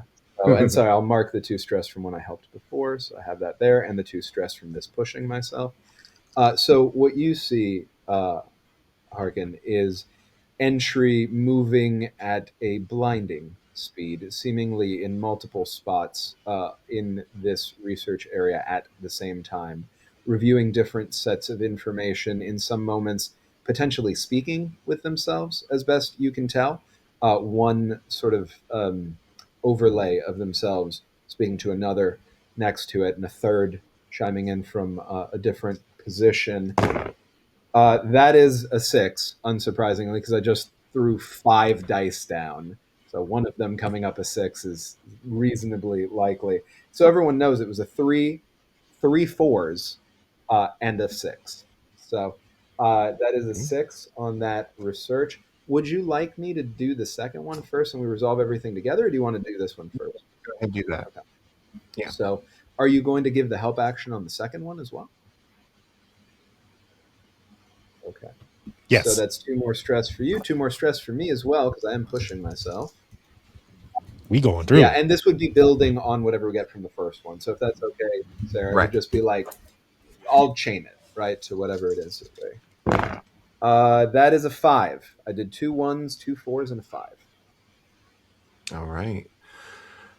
So that is 2 questions and a follow up for the 6, and 1 question and a follow up for the 5. So I'm going to begin with what is the purpose of the symbols that were written in blood that have plagued me with 53% accuracy? You hunt and search through the books that you have not yet absorbed completely, and finally hit something, a match of 80%. Um,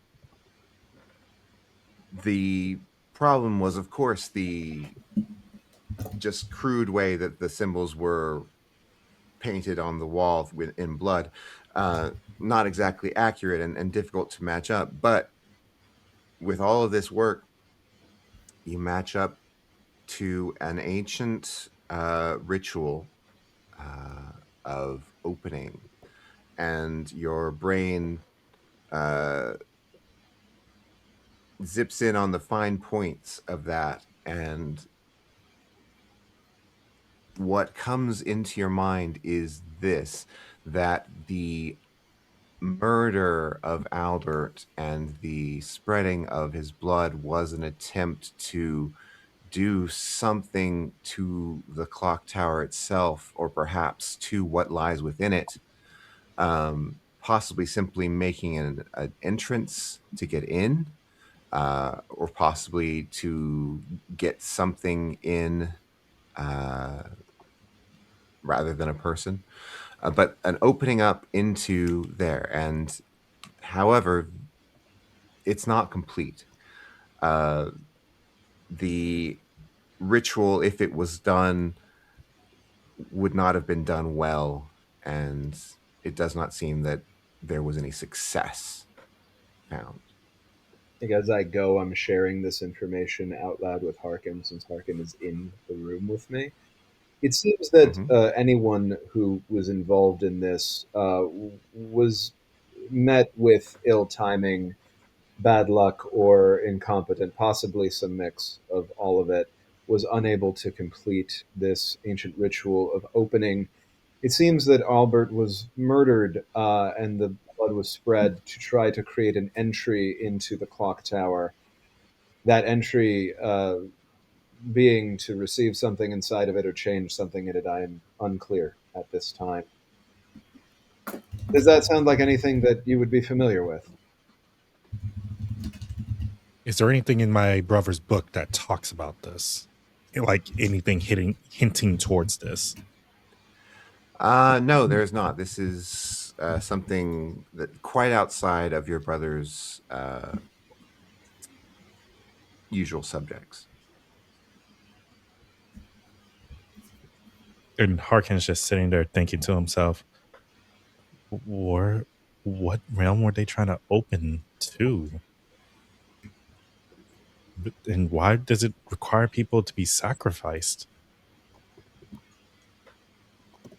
Perhaps more study will illuminate more of what we wish to find out. And I'd like to do the follow up on this first revelation first, if that's okay, and do the Mm-hmm. second question. Yeah. So, what is hidden here?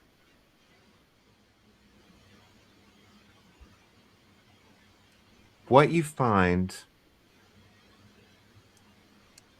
now that you found this link to this ancient ritual, um, you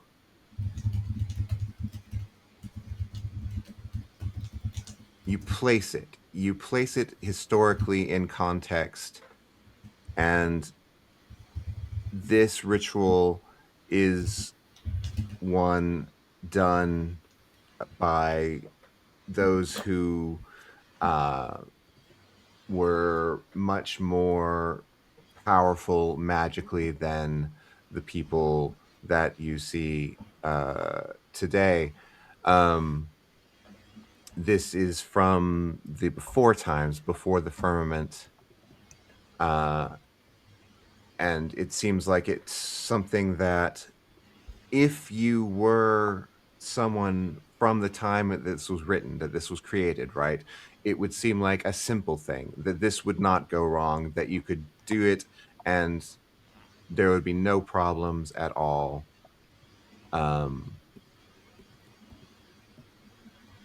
And so what you get from that is that Kella was instructed on how to do this by someone who expected it to work, because that being or person or thing is from the before times. Interesting. It seems that the most likely, in fact, only reasonable scenario is that whatever entity instructed Kella on how to do this as poorly as she did assumed that it would be simple. I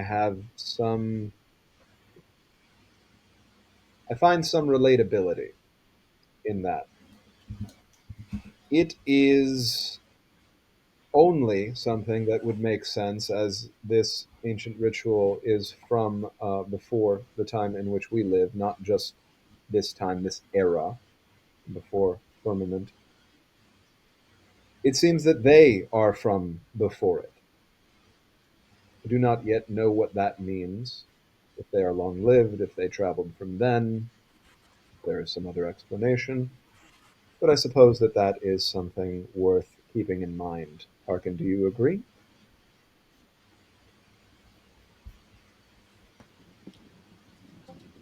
Yeah. Uh,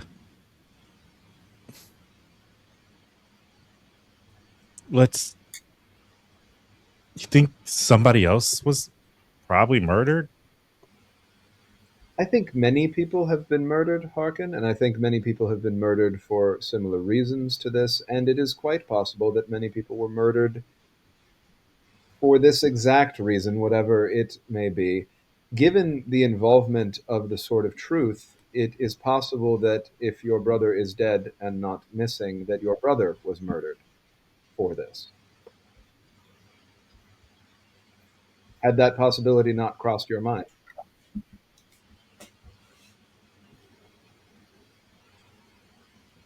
And there's just silence. The alternate possibility is that your brother is somehow involved in this, if they are missing and not dead. Perhaps intending to stop it and in over their head.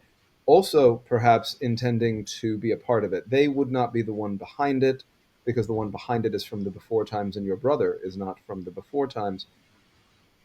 But it is unclear at this point if your brother is dead, involved in a nefarious sense. And this is around when Harken just swings at Entry. Uh, Because there is a moment where Harken is trying to give Entry the benefit of the doubt, but he just won't shut up. As a kindness, entry allows your fist to go straight through their face.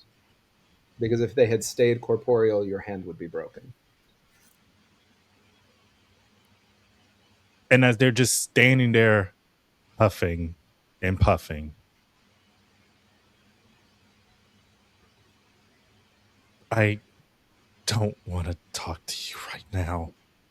Find the others. I actually need you to find them and then hand me over. And then Just go. I made a promise that I intend to fulfill. Then learn how to break your promises. That is not something that I feel safe doing when the. Then figure out how to be safe with yourself.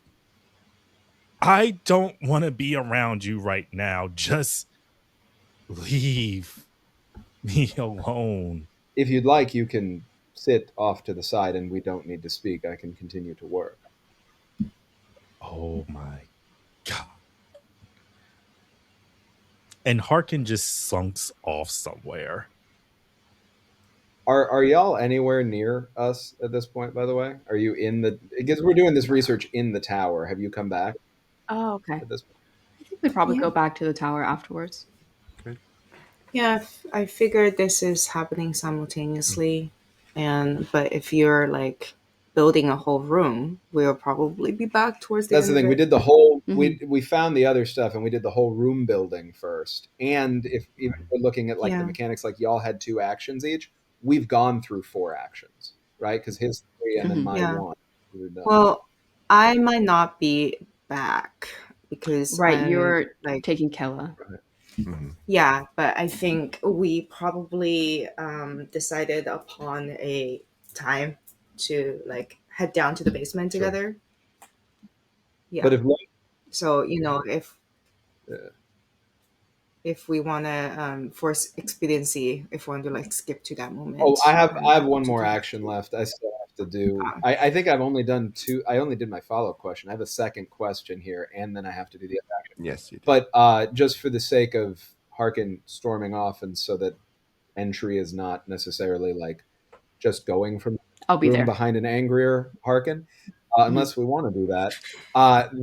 Lobi. I think once Just poke the I bear. think well, what does happen is Harken leaves the room and does find entry already in the room that they walk into, but Lobi is there as well, and entry turns to Lobi and says, Harken, for some reason, does not wish to continue research with me. Lobi, would you like to take over being with me? And before Um, anyone can even ask any question what's going on with Harkin, he is out of the room. oh, okay. Yeah, sure. We can do some research. What is his uniform up to regulation? It seems like he changed it. He's wearing his dead or traitorous or missing brother's jacket. It luckily fits him You could just say properly. his brother. The You don't need context to put the, descriptors. the context is that we were just previously discussing the possibility that his brother died at the hands of the forces that we are investigating, or might be working with the forces we were investigating, or might be on the run from the forces we are investigating. Okay, so when someone's family member is in possible peril, we try not to create worse situations. Most people like to hope that for the best situation, that their family member will be found. Understood. We are investigating. It can cause, Yes, I was just going to say that it can cause a lot of undue stress and thus lead to uh, a lack of balance and harmony within the group dynamic, and which can lead to harm once we go into missions. understood. Speaking of stress, I feel like it's prompt to say this. GM, can I take 2 more points of stress because of this? You sure can. Cool. I eclipse at this point. Oh Oh my gosh. boy. I love that the first eclipse just came from roleplay. Yeah. Oh, Okay, we're gonna go ahead and go through entry's final thing, and then we'll talk about your eclipse, and then we'll go into the mission phase because we are. Lobi, I will just, if you'd like, sort of after you into the research area, follow you in once you go in that way. As we go, be explaining. We did just construct, really Harken did at my instruction, a training room. Perhaps they could go train and work off some of this stress that you mentioned that they took on. Perhaps there are some ways of approaching these investigations where we can try to silo information if you are concerned that too much truth is too much for Harken to handle. As we are investigating something that directly involves the disappearance and or death and or traitorous nature of his brother, I'm not sure how we can discuss it without discussing it. But perhaps if we I'd lie say to him. let's only discuss it if there's actual hard evidence and not just your Oh, postulation. there is. And here I share with you the ancient ritual information on the murder, the spreading of the blood, the disappearances, the likelihood that this is not the first time that this sort of ritual has been started, and the relevant likelihood that Mhm. involved his brother in some fashion that is yet to be determined. Which brings us to the next question, which is not a follow up, an individual question, which is going to be what might happen if I enact the ritual correctly? Right. So it is easy to find this because the information source that you found the ritual in is very detailed. It talks about creating an opening in a barrier of magic, uh, which you pinpoint as yes, there is a magical protection in the clock tower. It's the same magic that creates your headquarters.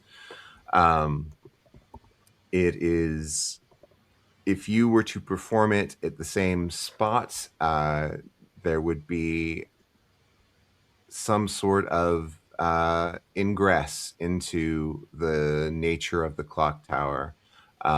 A person who did that would be able to enter, whereas normally people can't unless they're student council. A person who did that would be able to put something inside, possibly out of place, to for whatever purposes they want, or to remove something without having to actually go in themselves. Without, that's interesting. Having to go in themselves. So I communicate that to Lobi, and then I can take us into the remaining question and follow up, which are going to be trying to tie this in to what we are about to go take a look at. So I'm going to go with this knowledge in mind about this specific ritual and anything that I'm able to reasonably extrapolate based on what we've discussed regarding the nature of what is being attempted more broadly in relation to this ritual and potentially whatever we're about to investigate. Uh, where can I gain an edge? Meaning, where can I gain an edge in dealing with it?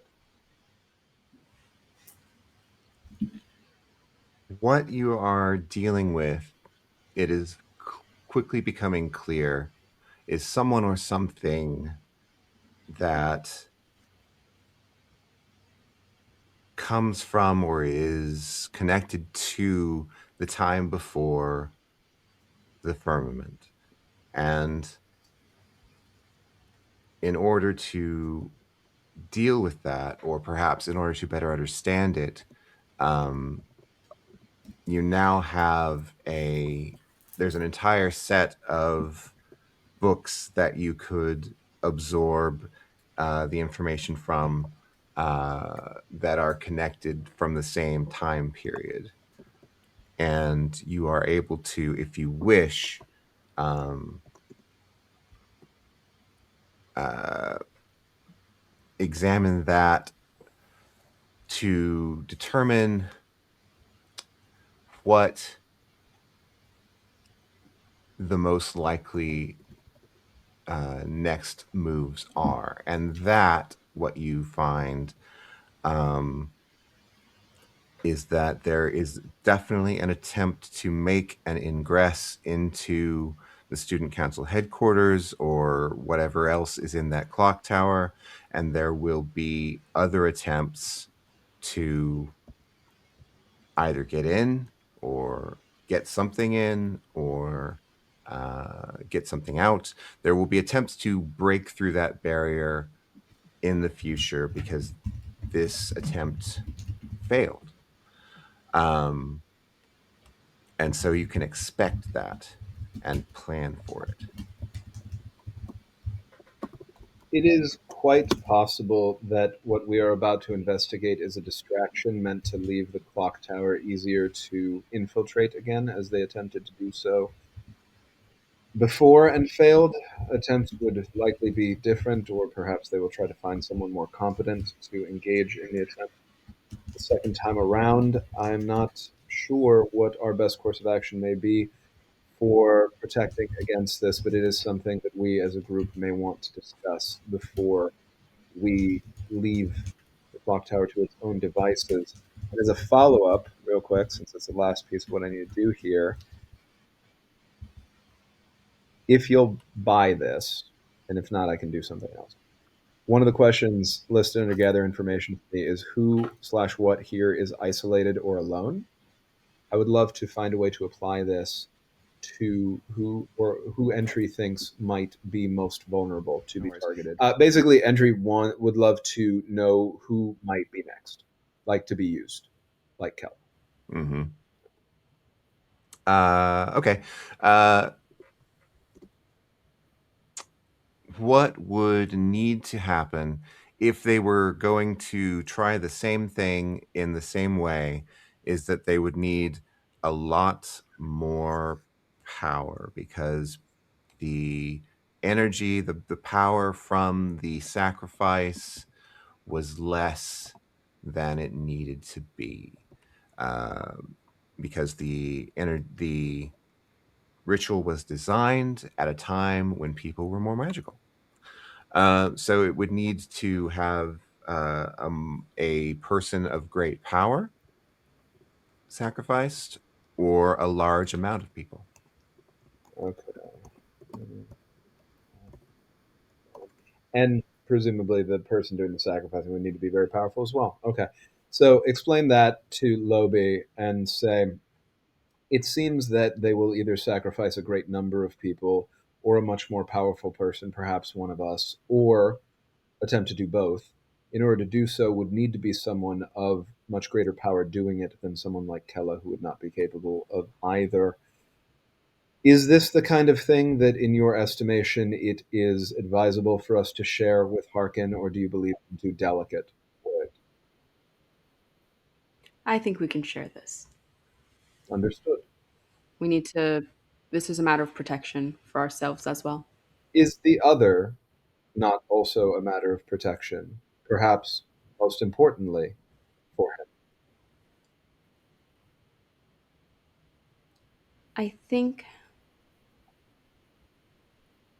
a matter of investigation, absolutely. And it is important to keep all passages open in terms of trying to decide what to do next and how to investigate. But I don't know, I don't even know how long his brother's been missing for exactly. We need to see what lines up best before we even start to contemplate it, Understood. especially considering how revered he was at school. That reverence, if warranted, could indicate a great amount of power, the sort of power that one might need in order to attempt what may be attempted next. He likely wasn't murdered then, considering it wasn't achieved. That is a very fair assumption. So, much more likely that he is a traitor or he is on the run. I will note that. And Sarah, above table, do we know exactly Yep. how long ago it was that he disappeared, or like an approximation of how long ago that he disappeared? End of last year, sometime. Okay. We should, after we investigate this today, return to lineup timelines. That was a good idea, Lobi. It is good to have you back. Perhaps in future you should consider not missing the first day of school. Well, I didn't plan to miss it. The boat delayed. I didn't want to be late. I hate missing school. You know that. That is true. You do hate it. And I think with that we float out of, well, I float Mhm. alongside you. I also float. Hey, if you want to float, we can float together. We all float down here. All right. Uh, and that's the end of our downtime phase. We go now to the mission phase. There is a decommissioned groundscraper underneath the academy. Kella found the sword there. You're going to have to explore it to check for a possible incursion point and seal it if so. It's completely dark. It's badly in disrepair. It's probably full of dangers from beyond the firmament. But you're the student council. This is down to you. So we start, as always, with the engagement roll, which determines how the situation will be when we jump into the action. You have 1 die as the base of the roll. This is a fairly noble thing, venturing into the darkness to keep the school safe, so I'll give you a die for that. Regarding information, with the amount of investigation you've done into the matter, I'll give you 1 more for that. That gives you 3 dice to roll for engagement. Who would like to roll? You can do it. I have to roll. All right. Our leader. I'm just taking responsibility if I rolled low. Oh my god. I just immediately drop one. Oh, no. Drop dice don't count. That's right. Yeah. Okay. So that's a 1 to start, not so great. And that's a 3, the second one. And then we're gonna roll. Oh my god. Oh, no. That is a 6 before it fell down, so. I will mail you a dice tray. Yeah. Do you want me to re-roll it or yeah? I think re-roll that, yeah. Okay, great. That is a 4. Okay. 4. We cut to the action.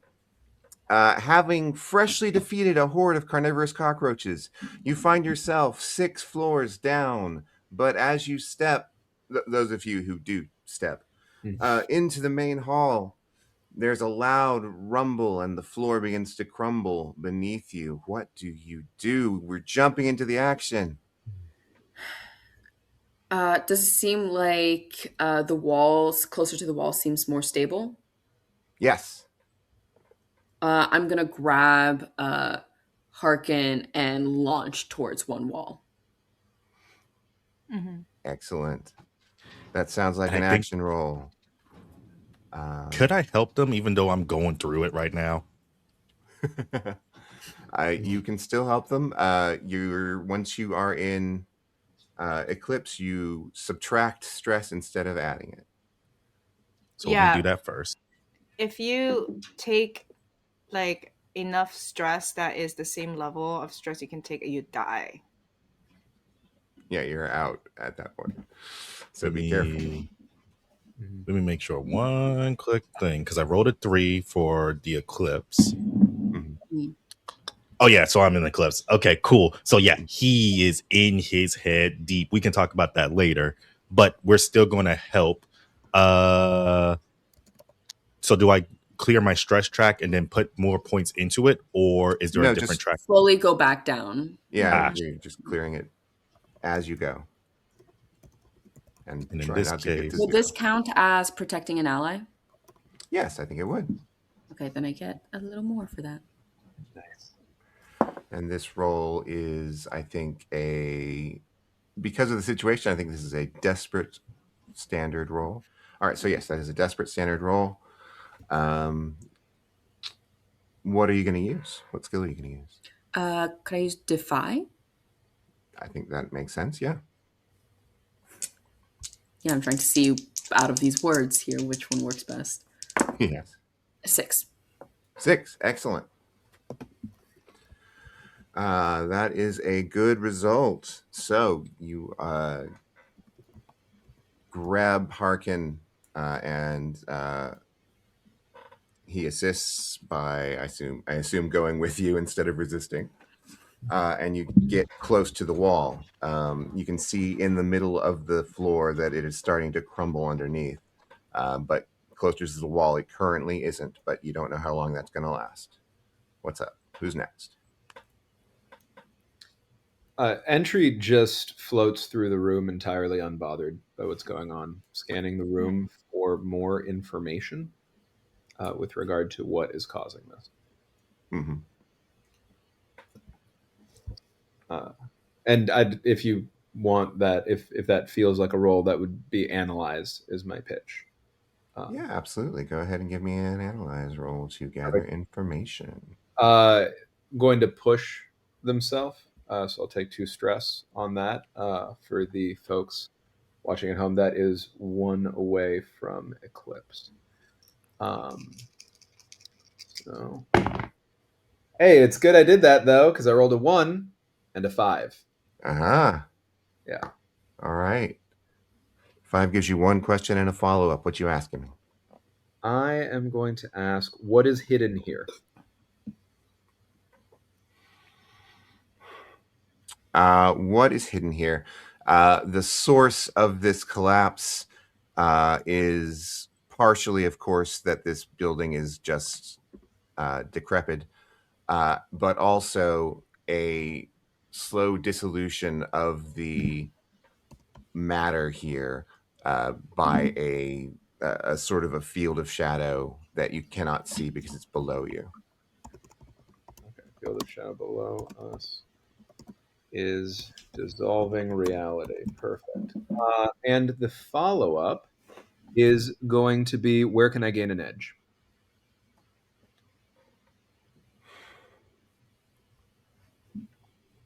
In order to gain an edge on this, you would have to go down. Great. Just go straight through the floor. Just phase through the floor. And as I start to go down, I just peek back up a second and say, you should follow me. You should go down. All right. So Lobi and Harken are huddled on at the edge. The floor now has a big hole that is growing. I'm going to allow myself to just sink down, like lean into the disturbance on the floor instead of avoiding it. And then I'm going to see where entry has descended down towards and launch myself towards them and try to like grab hold so that like it's almost like I would grab onto entry and descend like a elevator instead of fall to my demise. That's good. I think that's better. I would love to help with that if that is mechanically available. And I think entry at a story level simply says, thank you. You know that I cannot be alone because I might destroy all of reality. As reach out to you and grab on and help you with the not falling to your demise. All right. Could I transcend first while I do that? I think it's a very good idea for you to transcend. Okay, I'm gonna transcend and entry. You just see like Perdita's like very like green and pink pastel outfit mid fall starts to transform into this flickering, scintillating light that goes into a little bit of a black and gold, and there is a little bit of a darkening on her expression as well, as another separate head, almost like a shadow, grows on the back of her on her back, and she's going to launch towards you. And since I have as one when I receive assist,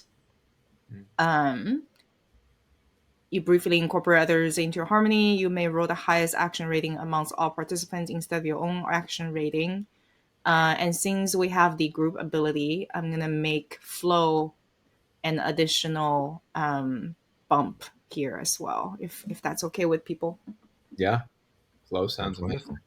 amazing. Also, if it's okay, I'd say that when entry grabs onto you, if this works out well, it's actually with the face on your back facing them. That's great. Addresses the face on your back, saying, "This was a very good idea. You will blend in with the shadows more effectively. This is why I trust you to do what needs to be done." You really shouldn't trust her. This is a different voice, a little bit more cracked towards you, looking at you with more emotions that you ever have seen Dita has. But does anyone have like a dot in flow just in general? I got 2 of them. When I transcend, I got 1 base. I'm not transcended right now, so 1 would be my answer right now. Okay, so I will use your 1 and then add the 2 transcended right now, so I will have 3 total.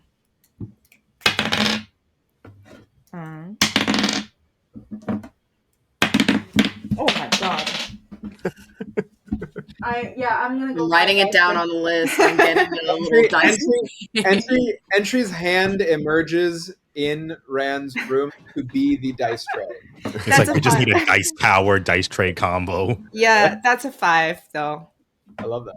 So All right. Mixed success. You. Do I want to? Yeah, you land in Entry's arms and get. I think I'm going to have you still take a harm from this. Level 1 harm, and you can call it whatever you like. It might be physical, it might be you're shaken up. Okay, I would just call it shaken. Shaken sounds good. All right. All right. So you two are going down into the darkness. It was already dark, of course. Do you have flashlights? How are you lighting your way? me, Take my phone out and turn it on. I just start glowing. Glow. Oh, that probably helps. Yeah. Yeah. So you're descending into the darkness. Meanwhile, the floor continues to crumble. Harken, Lobi, what are you doing? Are you okay? You seem out of it. And I think this would be a good time to explain how Harken's eclipse looks like. For everyone that's seen anime, we've seen when a character gets stressed out, that camera angle, or in some cases, you start seeing the wild, chaotic thoughts that run through their head. If you've ever seen Madoka Magica, you're getting that kind of imagery when they basically become witches, all intents and purposes. He's hearing the words that Entry said. Your brother could be a traitor. Your brother could be dead. Your brother, your brother, your brother. He's seeing his mother and his sister just crying. His father, a look of disappointment. And then he just sees himself. Unable to do anything. Unable to protect anyone. Unable to keep going. But there is a hunger to fight. How do you fight when everything just feels worthless? And as the camera just zooms out of that imagery, yeah, I'm okay. I'm fine. We should get on down there. As how tall is Lobi again? Lobi's not too tall, maybe like 5'3", 5'4", around there. Which is ironic because Harken is taller than them. Yeah, and she's just very built. She does have she goes to the gym a lot, but she's just very short. Like, how are you carrying them? Like fireman carry over, like I think it was Princess more like Cradle. way. I think it was she grabbed him by the waist around there to latch onto the wall and is trying to kind of rock climb or hold onto something for support. And I think they would watch as Perdita went down, transcend, and would just you know Harken. They a little reckless, but there's a certain level of recklessness that they won't take as they try to mimic what Perdita just did. Mm. So what would I roll for that? I think this would be, excuse me, low, which I don't have nothing in. And I think they're going to push themselves because they want to keep up. Okay. They want to fight. But they always feel like they're lagging behind. So that would give me, first off, I would take 2 stress off. Yeah. And then because I have nothing in flow, and I stress myself, like push myself, do I roll 1 dice? Yeah, that's exactly right. Cool. We're getting the hang of this. Yes. And it's a 6. Oh. Hey. Very good. Marvelous. Okay, with a 6, you get perfectly. You make the leap. Are you together, Harken and Lobi? If Harken jumps off, I think not quite as recklessly, but Lobi would just at that point try and not full scale down, but use something to drop less. Mm-hmm. grab onto a ledge or something and work her way down. All right. Everyone descends into the darkness in their own way, at their own rate.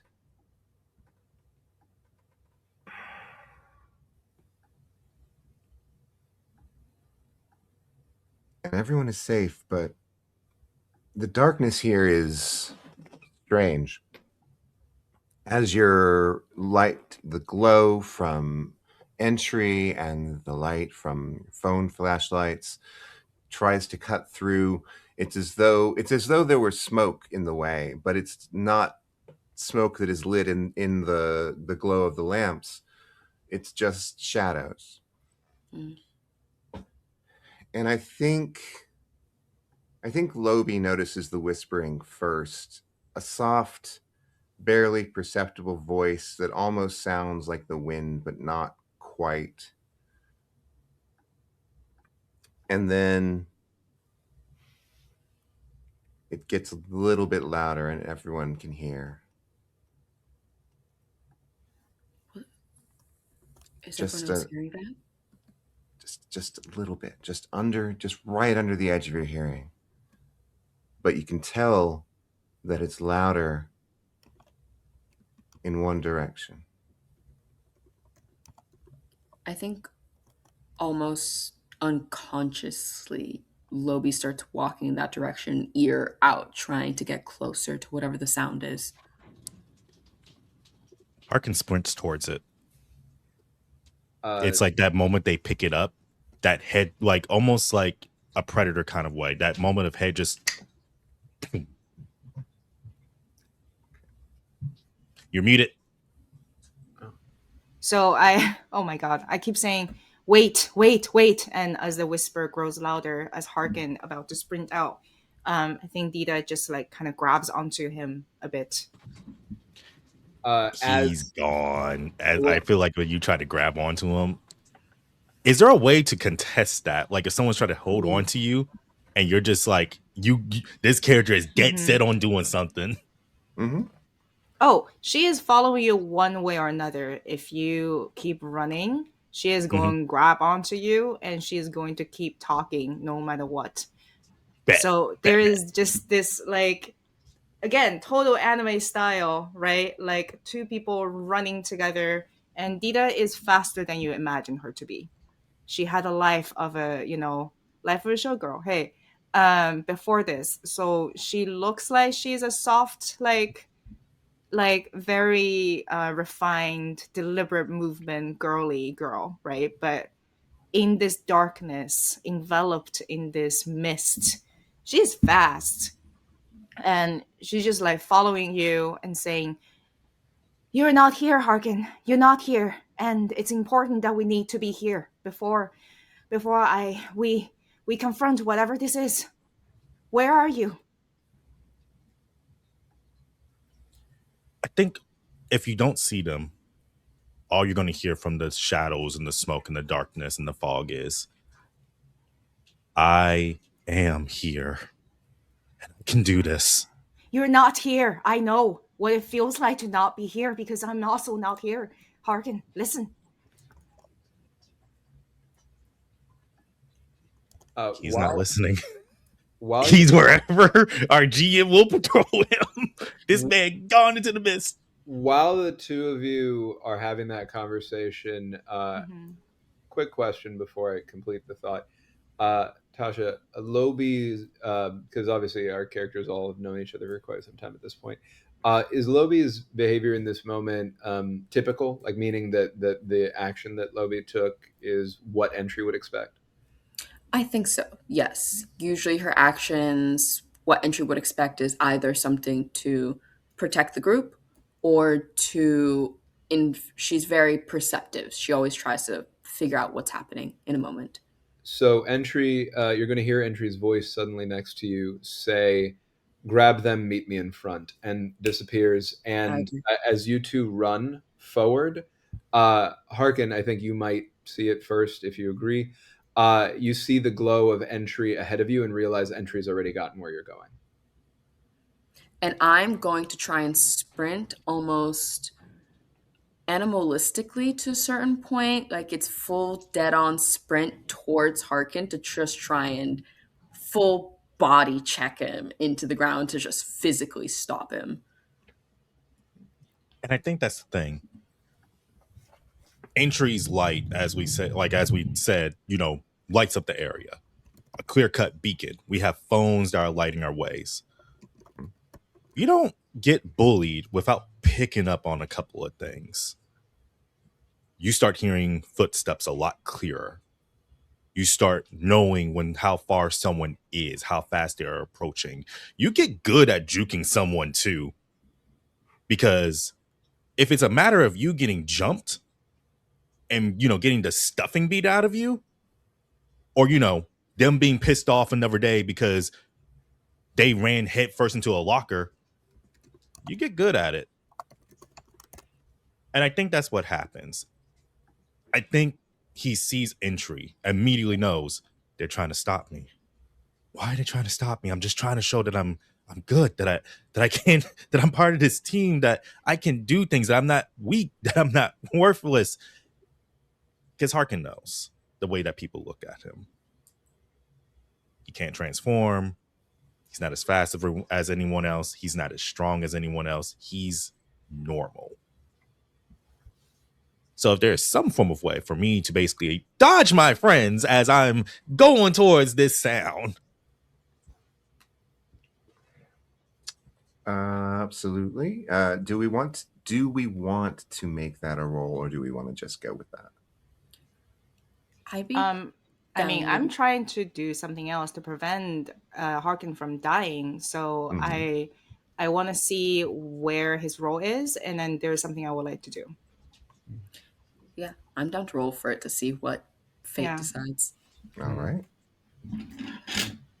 I feel like this would be a defy, and he's pushing himself again because this fits with. No, that's such a bold choice. I love that. Because in this case, while yes, he's wanting to work with his team, but he's defying the fact that they're trying to help them, defying the fact that they're trying to assist him. Because in his mind, if he can prove himself, he doesn't have to fight anymore with them. He could just take care of it himself. And because I'm pushing myself and because I don't have a point in defy, we just roll one dice. And I would ask for my part, would this, and this is more a storyteller decision, is this protecting an ally or not? I think that is what you're trying to do, yes. Mm-hmm.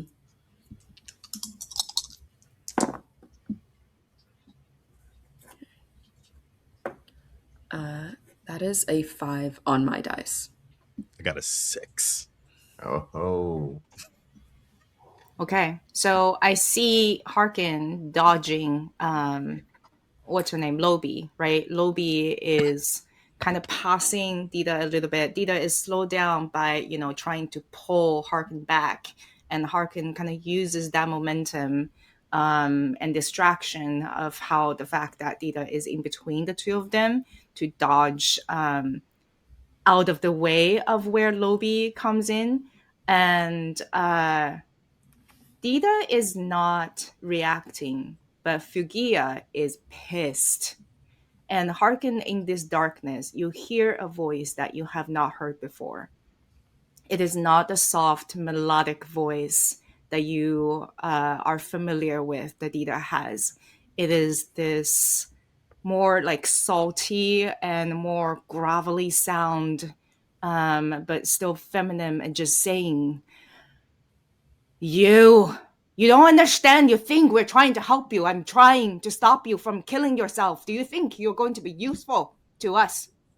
If you destroy yourself, you're not going to be useful to your brother or anything at all. And just this yell, right? And then, but underneath that, I'm going to do my move called, what is it called? Perfect pitch, I think. Okay. And then underneath of that yell, this like emotional outcry, You also hear Dita's soft voice going, "Somewhere in the desert there's a forest and an acre before us, but I don't know where to begin. But I don't know where to begin. Again, I lost my strength completely. Oh, be near me, tired old mare, with the wind in your hair." My purpose, my goal is for Harken and for the rest of the group to hear me truly, and you hear me on top of the noise in your own head. Um, so your ally can always hear you speak, regardless of distance or other interference, interference in terms of emotion. When you seem to inspire your allies or soothe the troubled heart of foes, roll +1 die. So I think I would like to do either express or defy as well. All right. And I'm going to push myself as well here. Okay. Sounds good. Gives you an extra die. All right. That's a 6.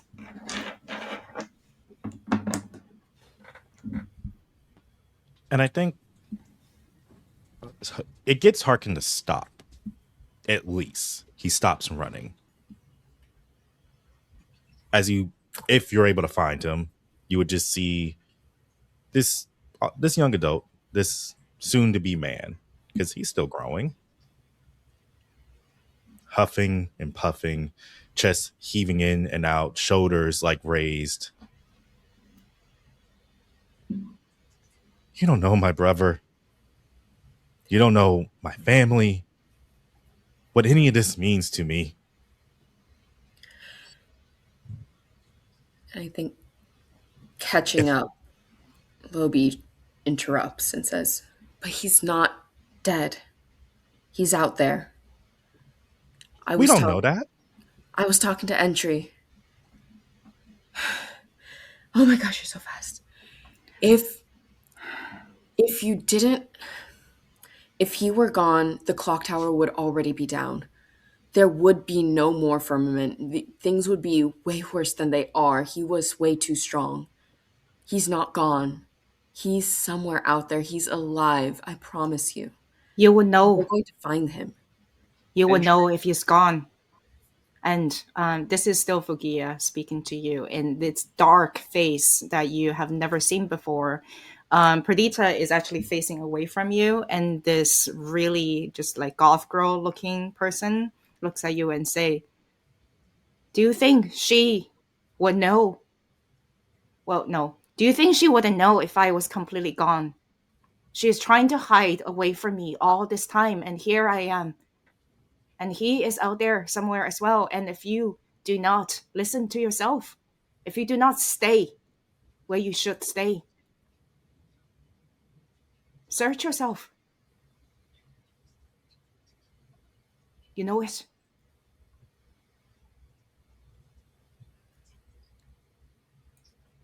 And I think the thing with Harken is he's hearing all this. But the things that Dmitrii has said sticks in the back of his mind, being the main voice yelling at him. If he's not dead, then he's a traitor. If he's not dead, he's a deserter. If he's not dead, he's doing something that has not where has he been? Why hasn't he shown himself? Mm-hmm. And I think like those Lobi, thoughts are ringing true through his head as he hears you all say this, and he eventually is just like, I really don't care about what y'all have to say. I don't really care about what you have to say either. I just know that we are here to do a mission, right? Yes, that's what Harken, we're down here to do. We are here to do a mission, and you want to accomplish the mission, right? Do you really feel you can accomplish the mission like this without understanding what you're going into here for? Not listening to us, not working with us. I figured it out. You're going to be the death of all of us. Is that what you want? If it comes between me dying or you all dying, then I choose me. We are not going to let you die. And if you are dying, we are all going to die. Is that what you want? That's up to you. As he turns away from the group and yells out into the mist, whoever is out there, whoever is like talking to us and whispering into our ear, come on, show yourself, you coward. What's up? When you say that, Entry reappears next to you and says, I could hear your entire conversations. There is no chance that we have any opportunity to have any surprise down here at all. The full conversation that the three of you had was completely audible from the other side of this space. So? I'm just reporting back the information so that you understand that that's the situation that we find ourselves in. Harken, you are correct that we should move forward. I do not believe we will all die. If Harken dies, I most likely will not die if Harken dies. Harken, you do need to pay attention to what we are doing here. I feel for you. I don't feel for you. Of course you don't feel for me. Of course. You're the more objective-minded one, the one more focused on the goal. We could save this conversation once we're back on the surface because this place is damp, creepy, scary. I don't like it. So why don't we move on? Harken, we need to be more of a team here than ever. This, out of all the places, this is a place we last heard of your brother going to. We're all terrified. This is not a good place to be. We could get seriously hurt here, and you need to be careful. If we're not all in this together, we can all get hurt badly. You need to be with us, and I promise you, we will find him. He is out there, and just because, don't think of the alternatives, because if he's gone, that does not mean he's gone forever.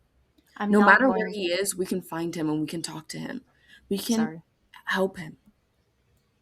No matter I'm not going to make you any promises like that, but I will tell you, and you can tell me, you can say to me that I do not know you. I do not know your brother. No, I do not. And this is Perdita. She turns around and faces you. Same calm expression, smile. I do not understand completely what you're going through, but I can tell you that I have been exactly there. Desperate, lost, feeling useless. Feeling as though I have to change myself. I have to change other people's perception of me to fit in, to fit the role that I think that I deserve to be. And I'm still trying. Do you think I want her here? No. I can do it myself. I still believe it. But sometimes I need her help. She says she needs my help. And she still wants to get rid of me. But she still does. No matter what she says. Well, eventually, we both will have to learn to be independent, won't we? And just two people at once trying to talk to you. I am above table. I am trying to engage you with a conversation about feelings and show you that Perdita has been there herself. And I think it's that part. That part. Where Harken actually feels like, because all of our characters have talked, but there's always been like a slight disconnect. But knowing that there's someone else, knowing someone else that has been feeling like they're not enough and that they're running from something, always in someone else's shadow. I think that's enough to get him at least somewhat regulated. I don't know how exiting out of Eclipse fully works, but I feel like there's a moment where there's a sense of regulation where it's less arguing and him just being like, fine, let's just do this together and get out of here. You still think I'm garbage. I'm never enough for you, and you still want to get rid of me even now. Even now? And you kind of come out of this argumentative state, but Dita and Fuguea is just bickering at each other as we continue to move forward, I think. As you leave Eclipse, formally, which I believe is what's happening, am I understanding that correctly? That's a good question. I will ask our GM. Would you say that your condition has been fulfilled? It's like halfway there. Something in me keeps saying something else needs to happen. I don't know what. That's the problem. It's like it's enough to get him to stop fighting, Mm. but he's still spiraling in his head. It's less now fight with the group, and more so I'll work with these people until I can get the job done. Then I don't got to see him for a little bit. Mm-hmm. All right. Then I'd say that you have not come out of Eclipse yet. Then Keep I'm rocking. I I'm would good. say, as someone who is emotionally very empathetic, I can tell. I think I can tell. He's just kind of like going along to get along so we can do the thing, right? And that is not enough. As far as Perdita is concerned, that means Harken will be on half efficiency. That's the part of her that is going to be in line with entry. And Fuguea's part, who is going to be more in line with Lobi, who is concerned for everybody else's well-being, is going to, like, she's going to keep this conversation going. She's going to continue to drill, continue to, knowing for a fact that he is still not completely hearing, or he hears them, but he is not listening. So I'm not gonna continue to roleplay because it's gonna go long. But the effort is I'm gonna continue to make this effort, however long it takes, before we go in there for sure. I Or- think as part of it to also not push forward too much roleplay, but Mhm. as we're walking, I think I'd ask Harken, tell me about your brother. I never really got to talk to him too much when he was here. I want to answer that, but I know Danny wants to do something. No, go. You go. Let's go with what's going. I think that question throws Harken all the way back in his mind again. And to keep it going forward, he was the best. How do you describe someone that was the best at everything? I shouldn't be here. There was my sister, then me, but he was first. He was supposed to inherit everything. I get it. Lucy. He was supposed to be the guy that took over for dad, like took over all of this, and he throws his arms up in the air. And you kind of get the sense when he says takes over all of this, he's talking about Firmament Academy. I heard. I mean, not to the same extent, but I get it. That was like Lucy or Marin or Bennett growing up. My oldest sisters. They did everything. One's some weird like corporate mogul. She's doing great. One's like a professor. The other one is just so smart. She knows everything. And those are just the first three. Everyone else has gotten a chance at exploring something, and it's hard to be one of the youngest. It's sometimes when you're lost in the pack, it's harder to find out where you're supposed to fit in, what role you're supposed to play to help everyone. I don't know my role. I want to Harken. be useful to y'all. Why do you say think that- you're not? Stares at the person that's transformed. Like you get the sense that he's looking at you, he's looking at the other person, and it's just like This is and worse. then kind of gesture to himself. I wish I'm like you a lot more. Do you not know that? And I wish I was Do you a lot really like you. think? Do you really think you would be here if the school doesn't think you deserve to be here? I'm Sometimes only you don't here know. because I was granted to be here. Dad pulled some strings. You don't know. Oh, I Entry, know. Entry is glowing, not yet transcended. Uh, just turns into three versions of themselves and says this to all three of you at the same time.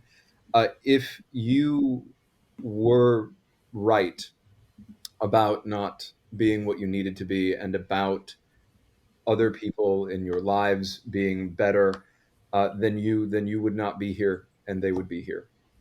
You're here and they're not. People smarter than you decided that. You should take that into account when you're assessing your situation. I don't necessarily know why all of you are here, but you're here to do a job which we need to do. And I think that should be enough.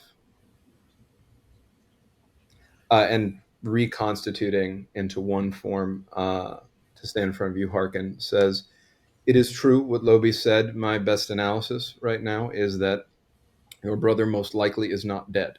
That does truly leave that he may be a traitor, he may be a coward, or he may be in trouble. If he is in trouble, he may be down," points in the direction that he just came from, "down that way. Would you like to spend more time here, or would you like to find out?" I've been trying to go find out. So let's go find out.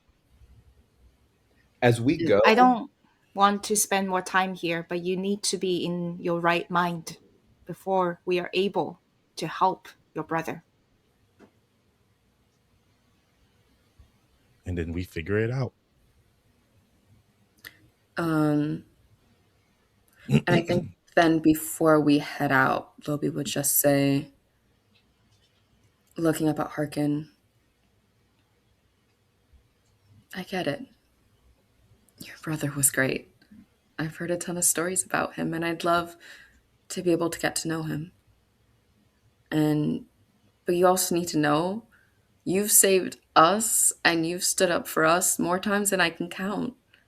I'm not that great all the time with people, other than trying to, put myself in the way or trying to help someone get up from a fall. But you're so good at just making sure we all have the right picture set in our minds, that we're all where we need to be, always. And you need to know that you deserve to be on the student council way more than I do, I think, than a lot of people that have been on the student council. And you'll be able to do whatever you need to do to help whoever you want. Can we make a promise then? Always. I'll help you and you help me in being more and seeing each other more to be the best selves that we can be, so that we can show ourselves that we matter and to each other that we matter. Can you make that promise to me? Absolutely. And I think he would hug Lobi. I think Logi would absolutely hug Harken. And in a very metaphor re-fantasio fashion, like if y'all seen that animation where they clasp hands, it's that same animation when they hug. And I feel like this is when Harken would exit Eclipse. Just that last little push between Lobi, between Perdita and Entry, just that last little bit, but mainly talking about being able to matter. And that also does something very funny for one of the promises I had, but we can talk about that later. We sure can. And you are out of Eclipse. The world looks a little bit, not brighter, but it's really more that you feel a little bit more able to take it on. On break, I think as they were hugging, that Lobi would also transcend in that moment, almost knowing that it hasn't worked before, but almost trying to force Harken to transcend as well, like just trying to like put a little bit of that magic in him too, just like squeezing a little extra hard as she transcends.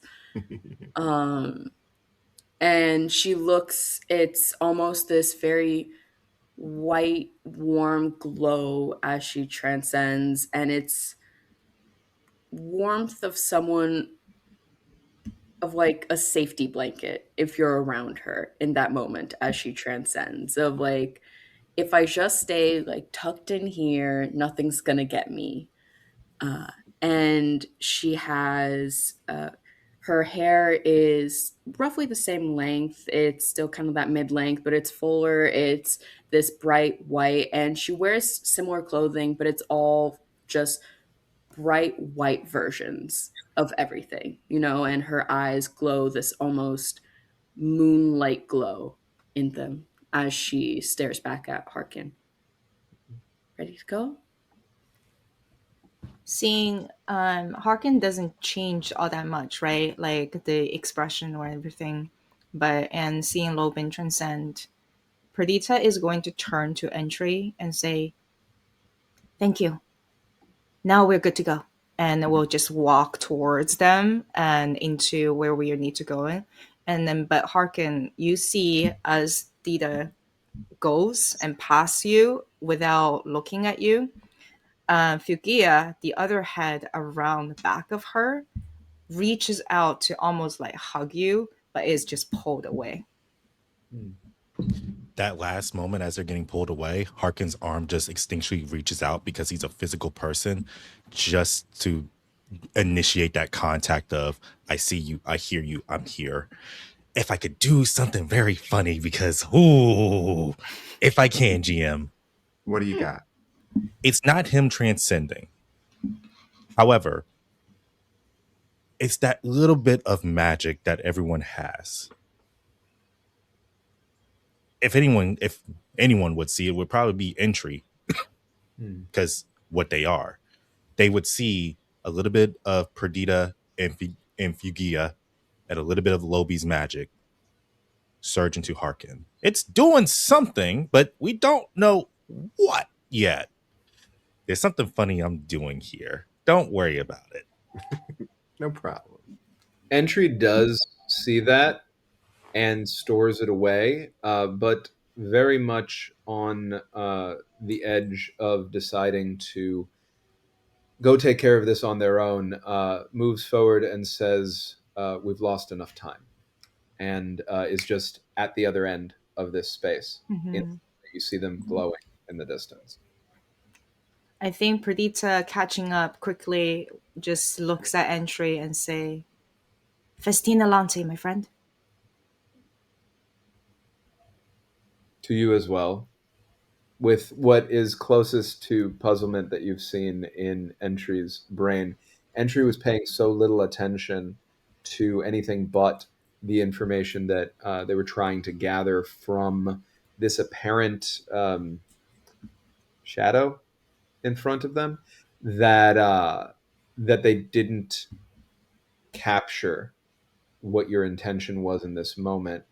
They would find that curious, given that they understand everything that's presented to them instinctively and immediately. But they chalk it up to being focused and this being superfluous. And then they continue. Above table, that's Latin for move fast slowly. Yeah, for sure. Yep. Yeah. For the audience. Yeah. For the audience. Yes, all the players here know Latin, so of course we knew what that meant. Right. Because I was about to ask you, can you type that out in the chat real quick? I'm about to ask my girlfriend, like, who knows Latin? Hey, what does this mean? Marvelous. All right. So you get to the end of this corridor. The light is barely making it through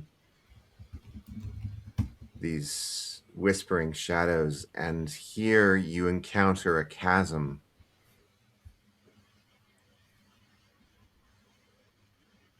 The chasm echoes with the sound of the whispering, and now it is loud enough that you start to make out the words. And what you're hearing, I want you to think of something true. Something true that would hurt. Something true that would not be accepted. Mm-hmm. And when you think of it, I want you to tell me, and then I want you to whisper it into your microphone.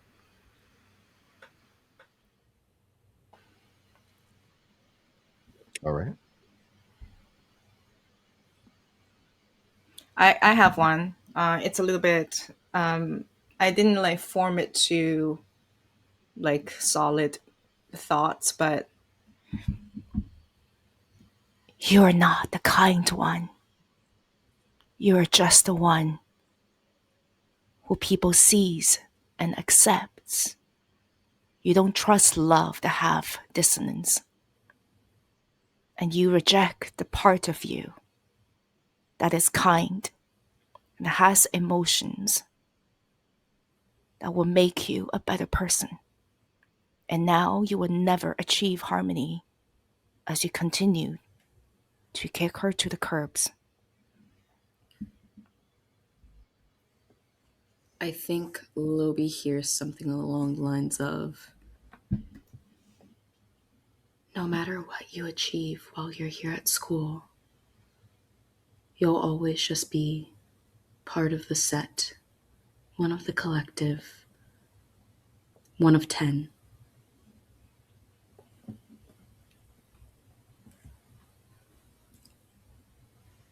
The whisper reaches Entry with Entry confident that this is whatever we are facing, attempting to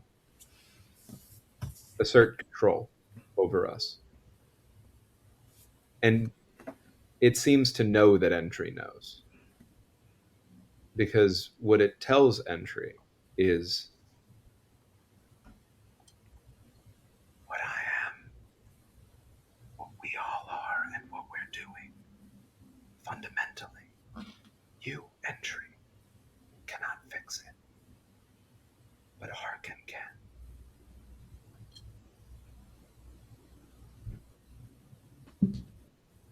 And I think Harken would hear, so unassuming, so mundane, just another person in the crowd. Who are you to be reaching lofty goals like this, little hero?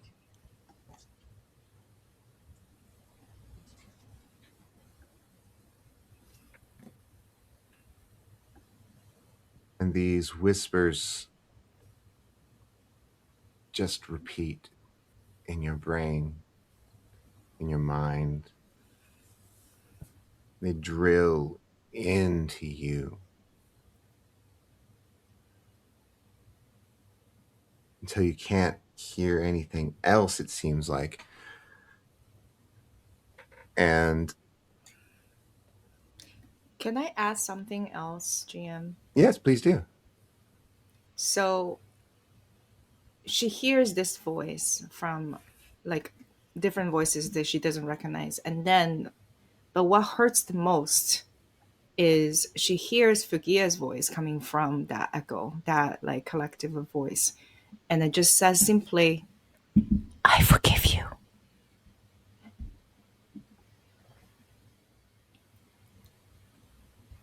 The tide begins to ebb.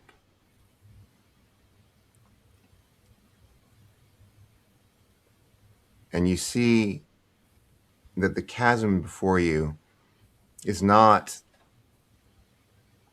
it's not a physical thing. It's as though shadow pried open substance to make a hole.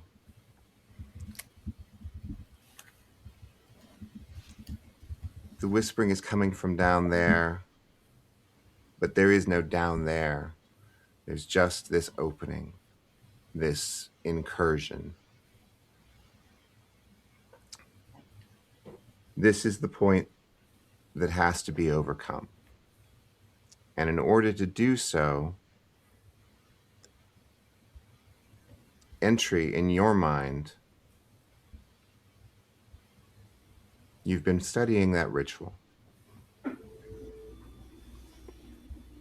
that pattern that Kella attempted to paint onto the clock tower. You know it is a ritual of opening. You know that it can be reversed to be a ritual of closing by simply doing it in reverse. However, the amount of power required to do the opening was human sacrifice. An amazing amount of power. It would have to take someone amazingly gifted to close this, or someone's. Realizing this and understanding that what was just whispered by this emptiness, as perplexing as it was, must somehow be true. Entry, without looking back at the rest of you, lifts up into the air, glows brighter, transcends into their true form as a living wish. When you look upon them, you see your heart's greatest desire. And from that absolutely incomprehensible mass of your heart's greatest desire in front of you, you hear echo out, "Transcend if you can, if you can't, hide." And going to transcend, going to use question above table. Can only use a transcendent ability or like a regular kit ability at a time, right? Yes, I would say that is true. Beautiful. Okay. Then, as they transcend, they are going to go directly into Ex Machina, which means they are pushing themselves, which means that they are going to eclipse, Okay. which I believe will happen after this in terms of Yes. order of operations. What they are going to do is they are going to be able to compel the environment to change itself to suit their needs. So they are going to compel this opening through this ritual reversal, pushing as much energy as they can out of themselves to reverse course and close itself. Mm-hmm. And as they do so, you see that it takes energy from them as a living wish as it reverses. And upon ending that, their face is a blank. Not a blank expression, just a blank.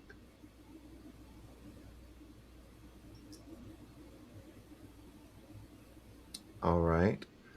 So you are attempting this ritual. Are you going to include anyone else? You all are so above table, like Danny talking. Y'all are welcome to help however you want. I would love that.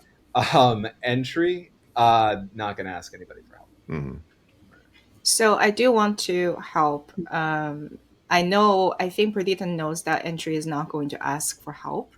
So what Perdita is going to do is she is going to ask the other two to work together to help out. In which I'm above table mechanically. I'm saying I'm going to lead a group action. Excellent. Lobi will definitely participate and help in the group action. Saying depending on what Danny described Entry is doing, I will decide what that action is accordingly. It's a little hard for you to make out exactly what Entry is doing in the form that they are, especially when you look directly at Entry. What you're seeing is a reflection of your innermost desire. But you are able to gather from the environment around them that Entry seems to be feeding a piece of themselves to this empty void as the empty void recedes. Blackwell, you had something to add? I think Harken is going to wait. There's a part of me that is saying either A, he's going to wait, or B, he's going to look at Lobi, Perdita / Fuguea and be like, I need to grab his hand. I need to grab his hand. Okay. Can I, while you're helping, I think Lobi would try and help boost Harken to be able to get up to where Entry is floating to grab his hand. Okay. I have a question that's possibly narrative and possibly mechanical GM director, which is there is shadow in the void. Yeah. And the voices is talking about the things that you know is true, but you are afraid to hear it. Yes. And currently there is a reflection of your truest desire. Yeah. I think Perdita will be surprised to see where Entry is floating. She thought her truest desire is for her to be alone. That's what she thought she would see. But she actually sees is her and Fuguea fused back together side by side instead of facing to two different directions. And my question is, Fuguea is basically shadow. Is there anything that she recognizes in these shadows in terms of like consistency or the source of it as a matter or as a spirit? I don't know how to ask this question, but Fuguea is not only shadow, she is also a truth that is rejected, and she feels very much a kinship with what is going on here. This is she knows for certain that this is a place of rejected truth, a place of truth that cannot be born, just like she is. Great. That's kind of what I was sensing. So I think then my group action, if you will allow me to flavor it that way, is for Fuguea to almost like expand and float upward to be almost like merged with the rest of the rejected truth.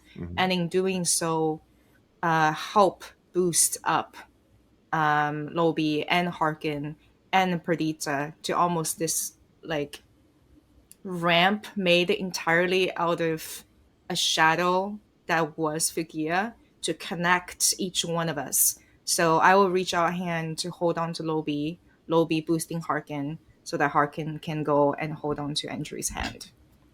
So that would be the group action I'm leading. All right. In a group action, the leader and everyone else rolls the same action. You take the best result from everybody, and the leader takes a stress for everyone with the result of 1 through 3.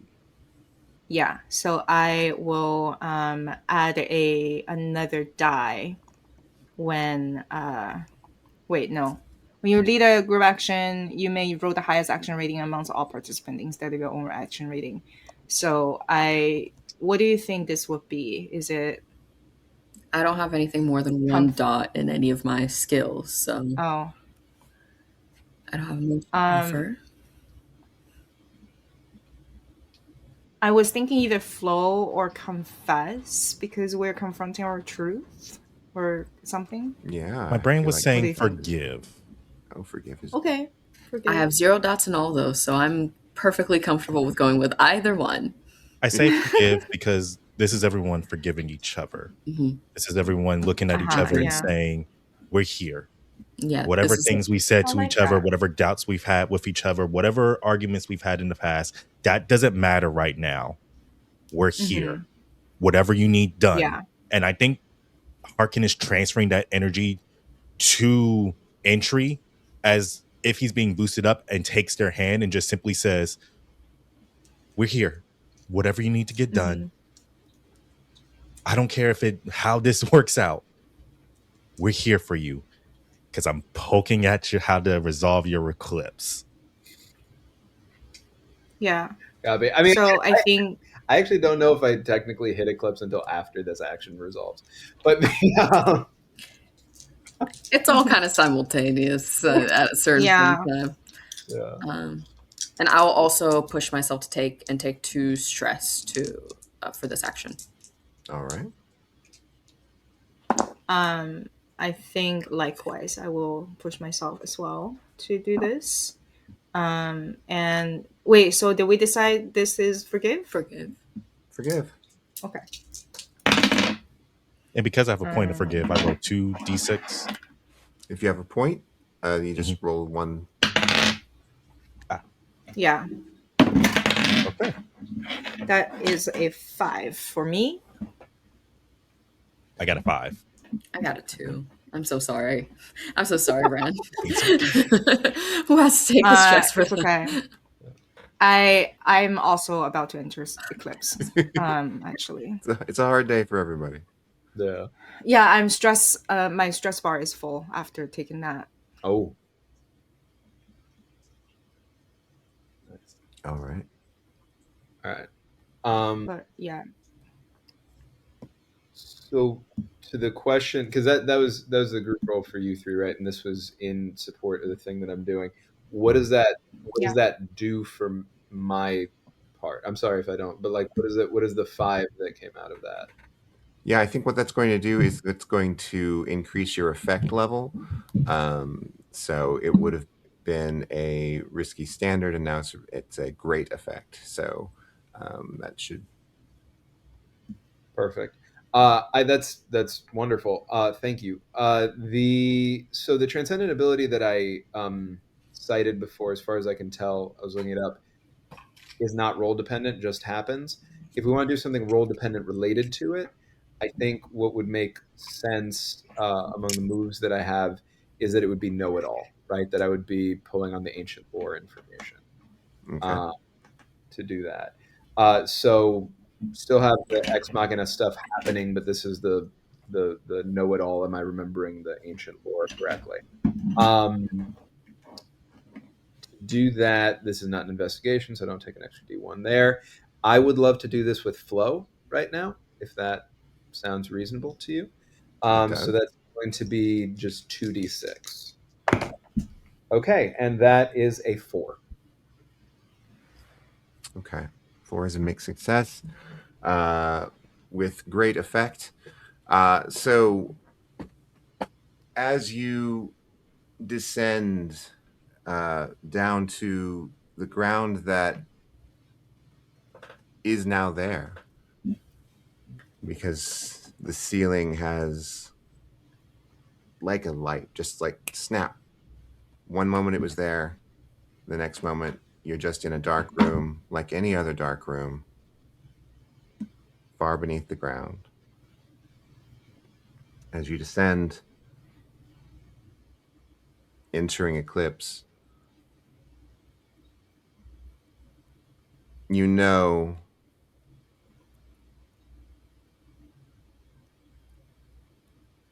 that you couldn't have done it alone. Okay. And I think as the door closes, the gate is closed by what Entry was doing, right? And the ramp that was kind of boosting all of us up, that Fuguea has turned into, just gets sucked into the gate itself as she disappears. And Perdita kind of like crash lands on the ground a bit.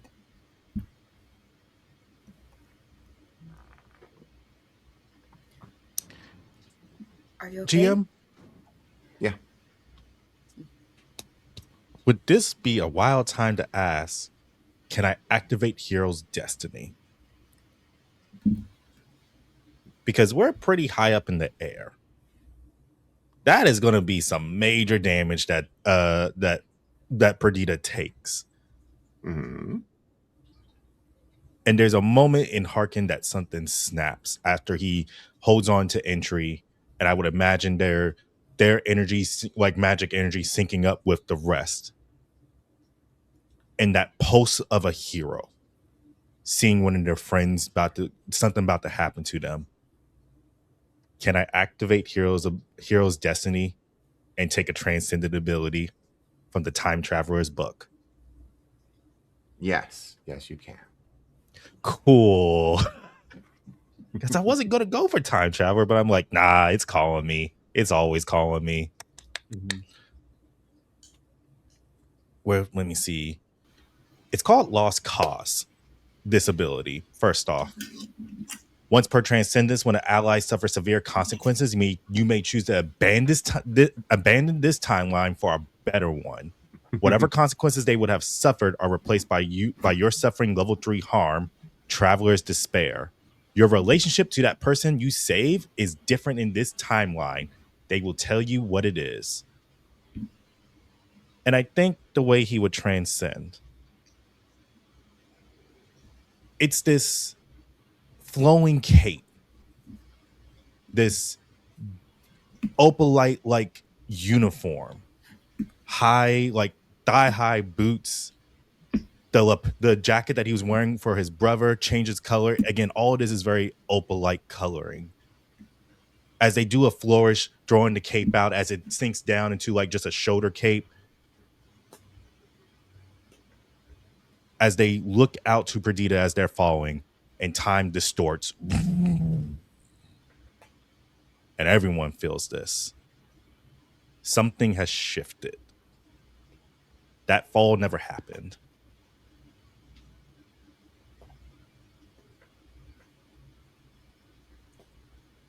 Entry As clock. Oops, sorry. No worries. Entry clocks that, feeling their awareness expanding in ways that they did not think was possible because they thought their awareness was all-encompassing already. Understanding that the timeline is different and that it was something that you did. And thinking back to the whisper, that there is something in what we are about to do that they, Entry, cannot do, that Harken can do. And with that thought, Entry disappears entirely, is gone from the scene.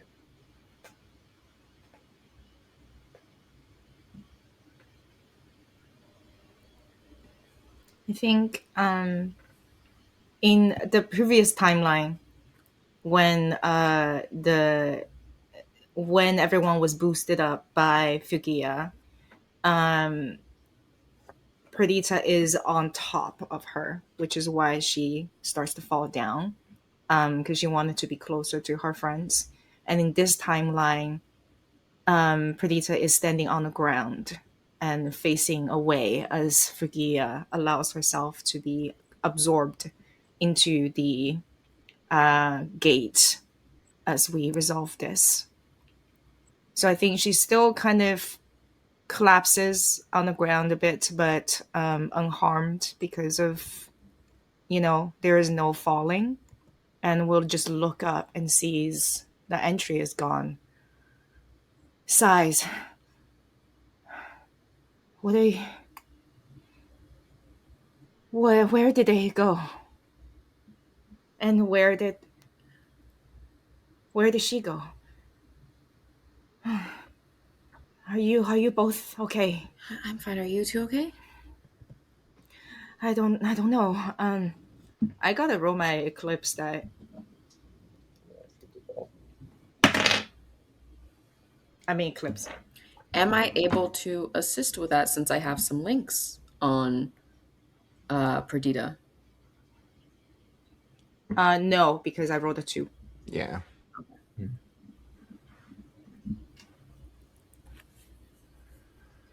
All right. So with one character just recovered from Eclipse, and I believe 2 characters entering Eclipse. This is fun. It says, when you eclipse, you're fractured, a sour note has shattered your harmony, and now there is uncertainty and conflict. Your relationship, once a source of strength, is suddenly tenuous. You are divided, and a different opinion keeps you separated. and the difference of opinion keeps you separated. They're literally separated into two different dimensions currently, as far as Perdita understands. Mm-hmm. So there is this sense of loss that she has never experienced before as she looks at where the gate has closed, like looking more frazzled than any of you have ever seen her.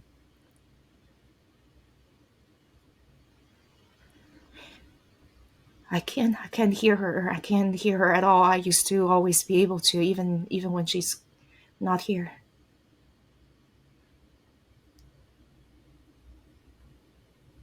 I thought I wanted this. I wanted this. I think I still want this, but I think we have to go look for entry first. Yes. Okay. You're okay. You're okay.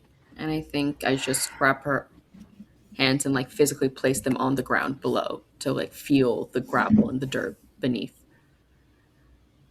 And you can just feel her just like trembling, the whole body. She's gone. I don't know where that place is. You've tried so many times. And she's never left forever before. This isn't I she's not gone. She's the better one of the two of us. I can't admit that. Not to myself. I mean, you kind of are.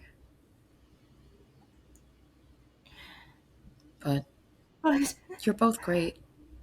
You know that, right?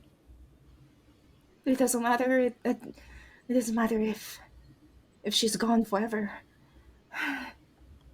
We'll find them. Entry and Fuguea, we'll find them. And I think this is Where will he go? Where will they? We'll find them. Let's start investigating. Let's see what we can find. Sorry, Blackwell. no, you're fine.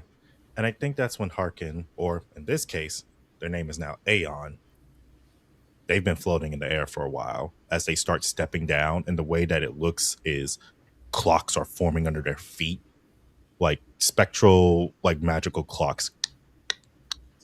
As he comes down to you two, just kind of puts a hand on both of your backs as he just wraps you both into a hug and just says, wherever they are at, wherever they gone,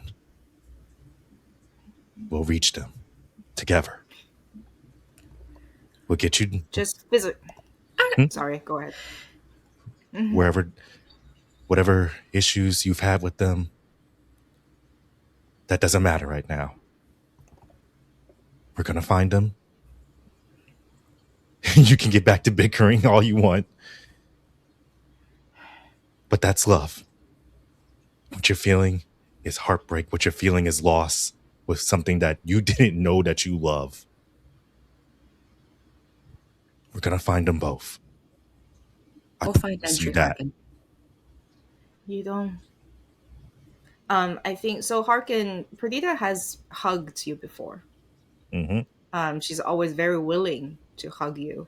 She is one of the more touchy people, like definitely more than Entry, and maybe on similar level as Lobi.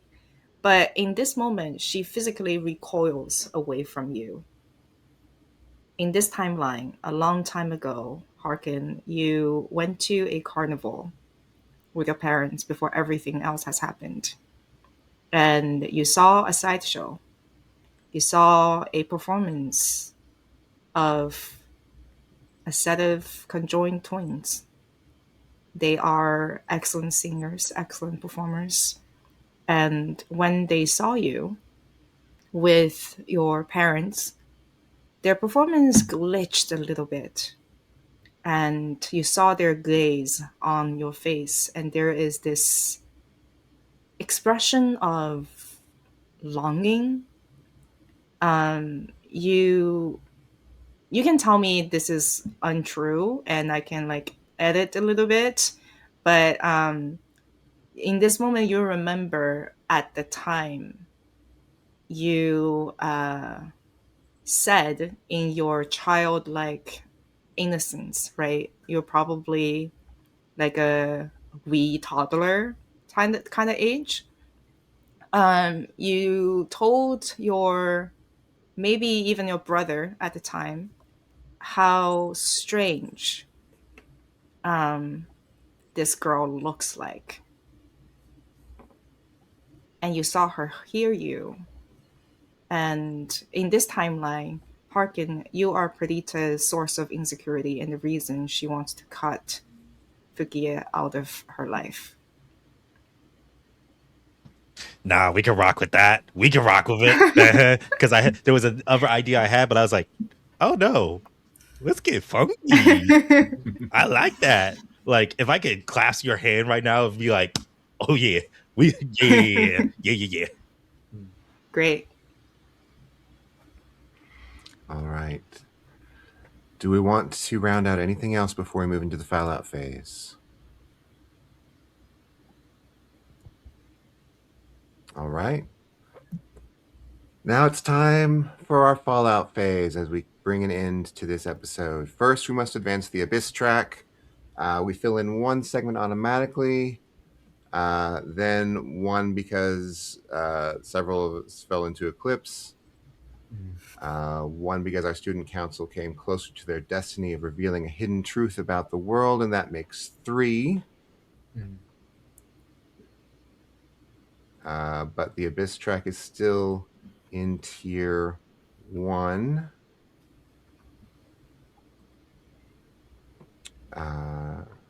So Fallout is likewise at the lowest tier. All right, it's time for the final roll of the episode, the Fallout roll. For this, I roll as many dice as y'all have reached tiers in the investigation track, which is 2 tiers. So